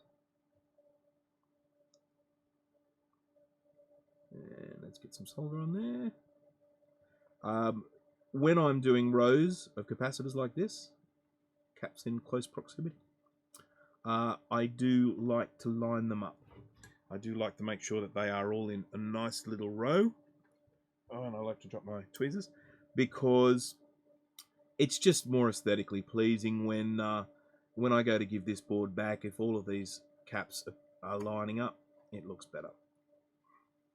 You may have noticed a couple of little solder balls just came off my soldering iron there. I think I'll be able to make them join into the join of the other side of that cap. But it is one of the reasons why you clean these boards afterwards, because in particular when you're applying hot air to these, excuse me, you can end up with lots of little solder balls appearing. So you've got to whack these into the ultrasonic cleaner afterwards to get all those solder balls off. Okay, there's one join, two join. I have got to buy a new tip, because I don't like this one as much as I like my genuine Hakko one. This rip-off, this Chinese rip-off, is not as good. I don't know why. It's not. I keep ending up with these little solder balls forming that I don't normally end up with on my other tip. So where I am not one that likes to sort of go on too much about, you know, equipment, I like to sort of just say, well, you know, you use what you have. I definitely do feel a difference working with this tip compared to my genuine Hakko one. But I've got a spare, so it's all good. So let's just check and make sure. I do my normal checks whenever I'm doing capacitor replacements. I check to make sure that, first of all, the right cap is in the right place. This one's fairly easy because most of them are the same. The only one that's different is this little guy here, which is a 1 microfarad 50 volt. I like to make sure that the polarity is correct. So we're checking the pluses with the stripes. Plus, plus, plus, plus, plus, plus. I like to make sure they're held on both sides. So I give them a little nudge with the tweezers to make sure they're not moving. There's another one down here. Not moving. Plus, plus. And we've got a whole bunch here. Plus, plus, plus. They're all secure. Another one here. Plus, secure. And here. Plus, secure. And plus, secure. So I'm comfortable with those. I feel that they are all stuck on well. So the next thing we have to do is apply attach a couple of axial caps to the board. So we are really nearly there. Now, we've got two to go on there. We've got a 47 microfarad 16 volt and 470 microfarad 16 volt and 220 microfarad 16 volt. I put 25 volt ones on instead of 16. I've mentioned this before, that you can generally go up with voltage, not down. You don't want to go too far up in voltage because then you can change the ESR. But I am quite happy to go up to 25 volt. And the other thing is, I'm facing the wrong way. The other thing is that when the new caps are physically smaller than the old ones, so I can actually put a 25 volt in the place of a 16 volt, and it takes up exactly the same space as the one that was on there. I just realised not subscribed to the channel. Well, press the red button, please. Thank you. So my 25. Oh, here are my axials. Here we are. Axials.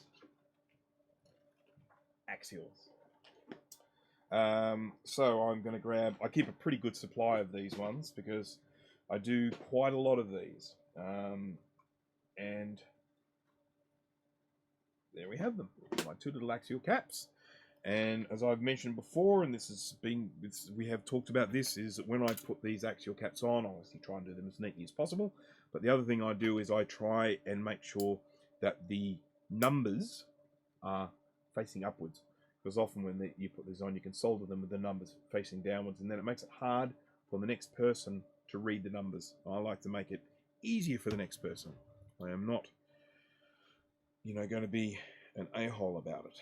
Okay, so let's just bend a leg there, and bend a leg there, and then, and this is not as good with a microscope. I might just change over to this guy here, because at the end of the day, when you're doing this sort of thing,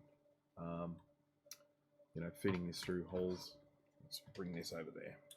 So we've got a little stripe indicating where the negative is, and then the board indicates where the positive is. So that stripe is facing down that way.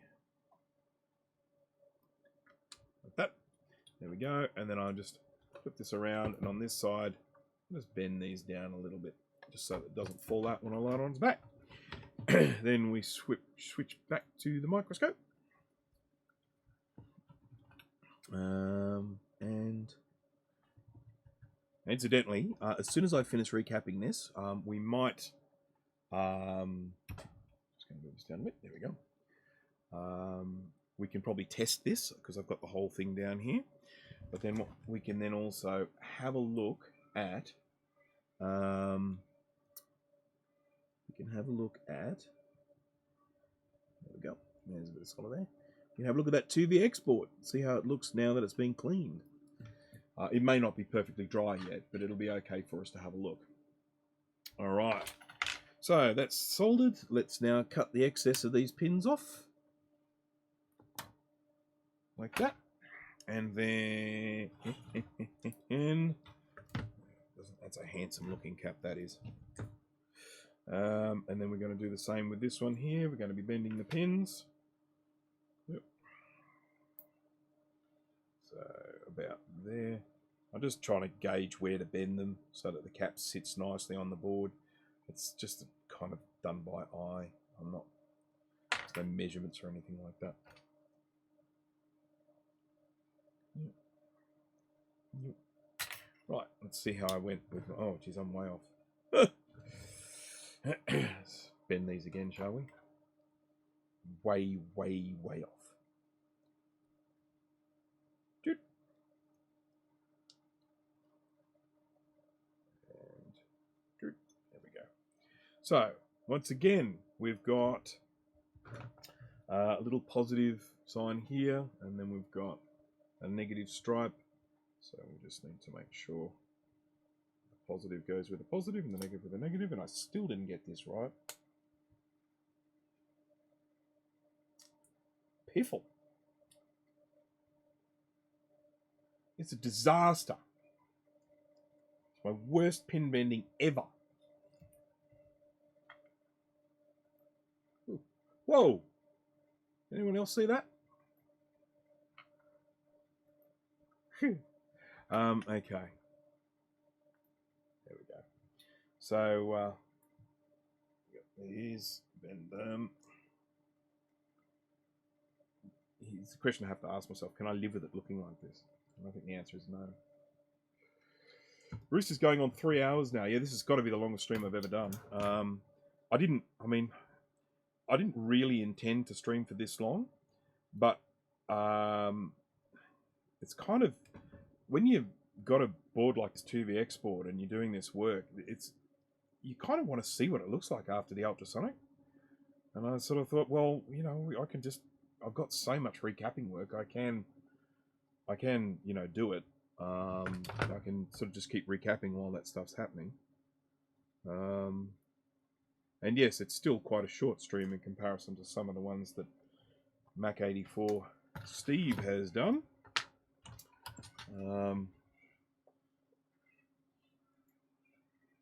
Yeah, the last one was an absolute cracker because what was it? It was the was it 610? No, was it a 610? I can't remember. And it worked. You know, it was like there were all these problems encountered along the way, and then it just fired up, and it was like, wow! None of us were expecting it to work, and it did. That was a joyous occasion. Okay, 6:10, yes. Did you show the ultrasonic cleanup? No, I didn't. I used it, and you could hear in the background, but I didn't actually show it, and that's more to do with camera positioning than anything. It's just over there. It's not far away at all. The problem with it is that there is something in the way. So even if I turn the camera around, you're still not going to be able to see it. I kind of need to set up a camera separately, which I haven't really got at the moment. So didn't show it, but there was at least the noise of it. So that is a recap. Now, I think I owe it to my viewers to fire up the the SE30 and see that it works. I'm just going to check and make sure that that is right and that is right. All the other caps are okay. So this hasn't been cleaned, but as I said, it wasn't that dirty. So I do expect this one to work without cleaning. So what we just have to do is, I'm not going to bother putting the network card back in, but I will pop the ROM in and I'll put in, say, 4 megabytes of RAM. So, ROM.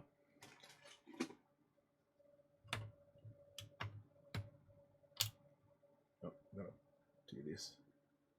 Do this.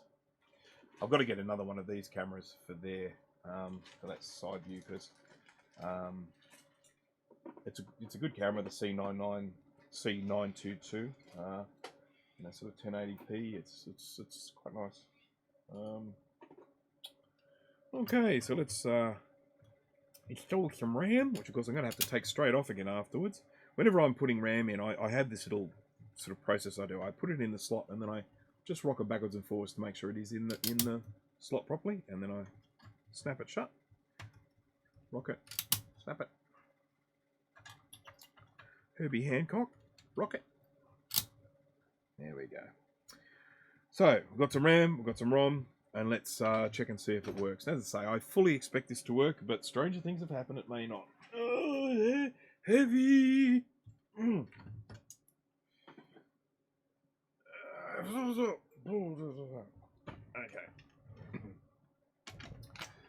Okay. Excuse me. So, oh, Jesus. Every now and again, if you hear a banging sound, it's the sound of something coming off the tree out there and landing on the metal roof here, like a bit of fruit or something like that. Okay. Fix those tabs that are easier than placed in the slot. Yeah. Yeah, so this is the thing with these RAM slots. It is a nightmare replacing them, and I cannot stress that enough. I have done it, and I don't ever want to do it again. I mean, unless I really, really have to. I'm just connecting up the power cable here. But if you use a hot glue gun, which of course they're cheap, readily available. I mean, you can pick up a hot glue gun from like a, you know, sort of $1 shop type thing. You know, I mean, they're really, really cheap. I really should have connected the sound speaker up first, shouldn't I? So, and yeah, you just use a little bit of hot glue gun on the end to hold them in place. It's the easiest thing. It's not the prettiest thing, but at the end of the day, when the board's in the computer, who's going to know? Okay, connected up to power. Last time I did an SE30, I fired it up and the graphics were all wonky. Let's hope we don't get that here. Alright, now I do have a hard drive here and I'm going to connect it up in case it does have an operating system. Come on, in you go. Plugged in. There we go. Right, so, whereas before I was able to be all cavalier about the electricity because it was all discharged and everything, I can't anymore because I'm about to attach 240 volts AC to it. Alright, are we confident? Are we happy? Are we prepared? Plugged in. And it was very quiet, you probably couldn't hear it, but it did chime. So we got that. And that's the unhappy RAM chime thingy. I'm not going to read too much into that because it is probably just a problem with the RAM rather than something else. Sometimes these guys can be very temperamental with the RAM you put in them. I might just quickly take out those 4 and put in this other 4 megs of RAM, and we'll see. But it did chime, which is a good thing. But then it just made some funky tunes. So now I have to be super careful with this because we are now talking about a charged CRT. Now, this computer does have a thing called a bleeder resistor, which means that it does self-discharge the CRT. But bleeder resistors can fail, so it's still good to be careful. If I was going to be doing more work than I am doing now, I would discharge it. But given that I'm only just taking the logic board off, I'm not too fussed about that. So let's see if I can get this RAM off now reasonably quickly without breaking anything. Okay. And then we will have All of the stems. I don't want to put them all on. I know this can run with 4. Come on. Come on. There we go. There's that one. These stems are probably dodgy. They are Apple ones. Wow, CRT shocked you 24 hours after it was turned off. That's quite impressive. Okay. I can say with certainty that I've never had a zap from a CRT. I've had plenty of other zaps, but I've never had a CRT zap. I count myself fairly lucky. Now, of course, the other thing with this is if this still continues to give me funky noises, I wouldn't make any real... I really wouldn't be concerned until after it was cleaned, because, you know, this could easily just be gunge. Alright, so I've put the other 4 on here instead of that 4, just in case it's to do with that RAM. That RAM is... So that's interesting, that's 60 nanosecond RAM. That's quite quick. What's this stuff? This is 100. Okay, so this is old slow RAM. So let's pop this on, connect it back up, and this will be the last. If this one makes a funky noise, we'll just say, all right, this just needs to be cleaned first, and then we'd sort of, I'll test it. I could test it again afterwards, but I'm not going to do that in live stream. I'm going to finish this stream soon, folks. Right, plugged in, hook it up, give it some power, and got a chime.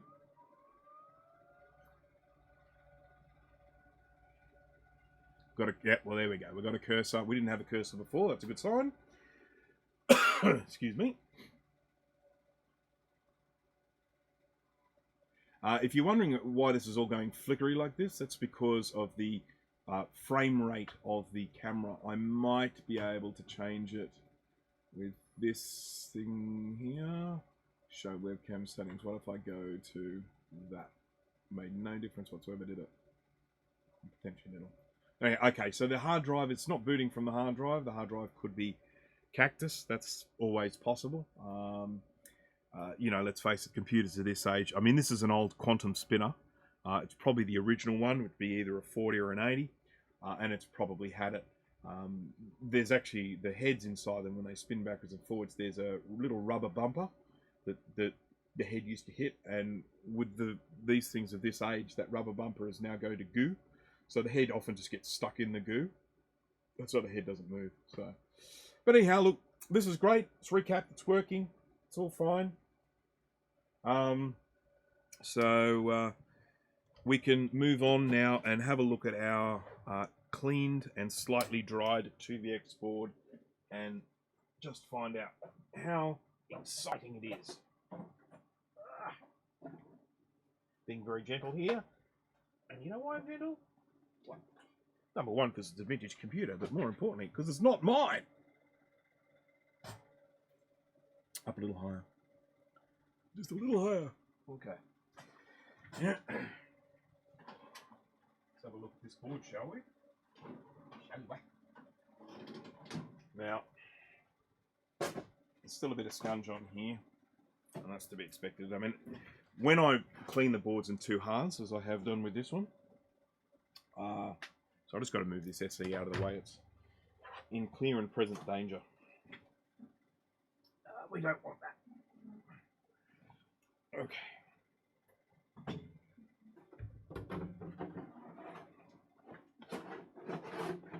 There we go. That is safer. All right. All right. 2VX board. This is the last thing we do before we finish the stream. So, yeah, you'll be pleased. You can all go to bed now. Or, you know, if you're in Australia, start drinking soon.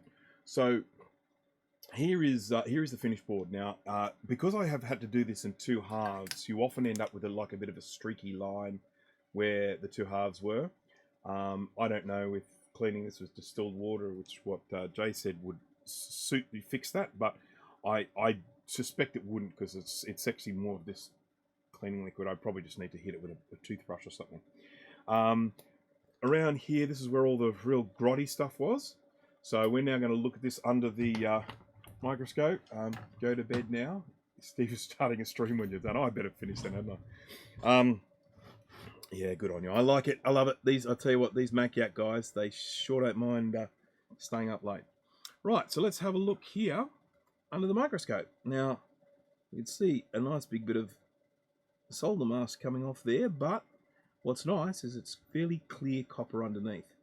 Now, the sorts of things that I'm concerned about these via holes here.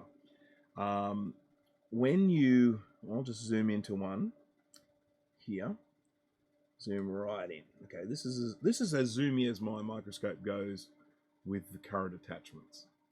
And so what you have here, you've got, there we go, you've got copper running along here, and you've got this circle of copper on the top, and then this joins to the via, which is the cylinder of copper that runs through to another layer of the board. And what we want to see is we want to be sure that that layer on top is making contact with the copper cylinder, which is the via running between the boards. Now, this does appear to be making contact. I'm really not concerned about that one at all. So, and that was one that didn't look too crash hot. So that does fill me with hope. Now, where we were before, I just have to remember where we were before. There was a spot. See, all of these were all cheesy before. Remember these all cheesy? So they're not cheesy now. I mean, look, they don't look super good, but that's mainly because this board was in such terrible state. But I'm just, I just sort of feel like there's not many broken traces here. So I honestly cannot remember where we were, but there was one particular spot where I did a little test between 2 points, and I was not getting a bip, but I can't remember where I was. I'll recognize it when I get to it, but how far across the board am I going to have to look before I find it? Is it here? Yeah. Okay, here we've got some good stuff here. This will show you where the solder is actually corroded all the way. So I'll show you this. See, if I go here and I give that a push, you see how the foot's moving? The foot's is moving. That's all of the solder has corroded away. So that obviously is going to have to be sorted. And this is where I'm pretty sure it was around here that I had the area where I wasn't making contact. And obviously that's why I wasn't making contact. I've got another one here. These look reasonably good. I feel like it was this one to this one. Let's test that one, shall we? Beep.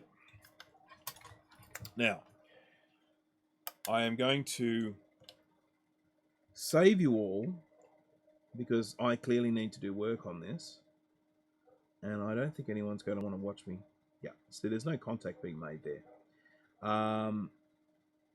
There to there. Okay, so this pin on this, what are they called? I can't. There's a word for these chips. This particular package, it's where they have the pins that bend around underneath. Now they're not making contact there. Some of them aren't. The solder's corroded away. So what I am going to have to do, and I won't necessarily do this now because I think people have probably had enough of my voice. I am going to have to side angle. I'm going to have to side angle. I'm going to have to take this, and this off the board. Clean up the pads, clean up the pins, and solder it back on. So that's basically what I'm going to have to do. But my feeling is that I think I have asked enough of you all. We are now coming up for 4 hours, and to be honest, I kind of want to start doing some more things as well. So So thank you all for watching. I might save this for a second stream. You know, there is a possibility that I might have some time tomorrow afternoon where I might be able to do a second stream, or I might end up just doing this and then reporting on it later on. But I won't do this for today's stream because I just think that's a little bit too much to ask.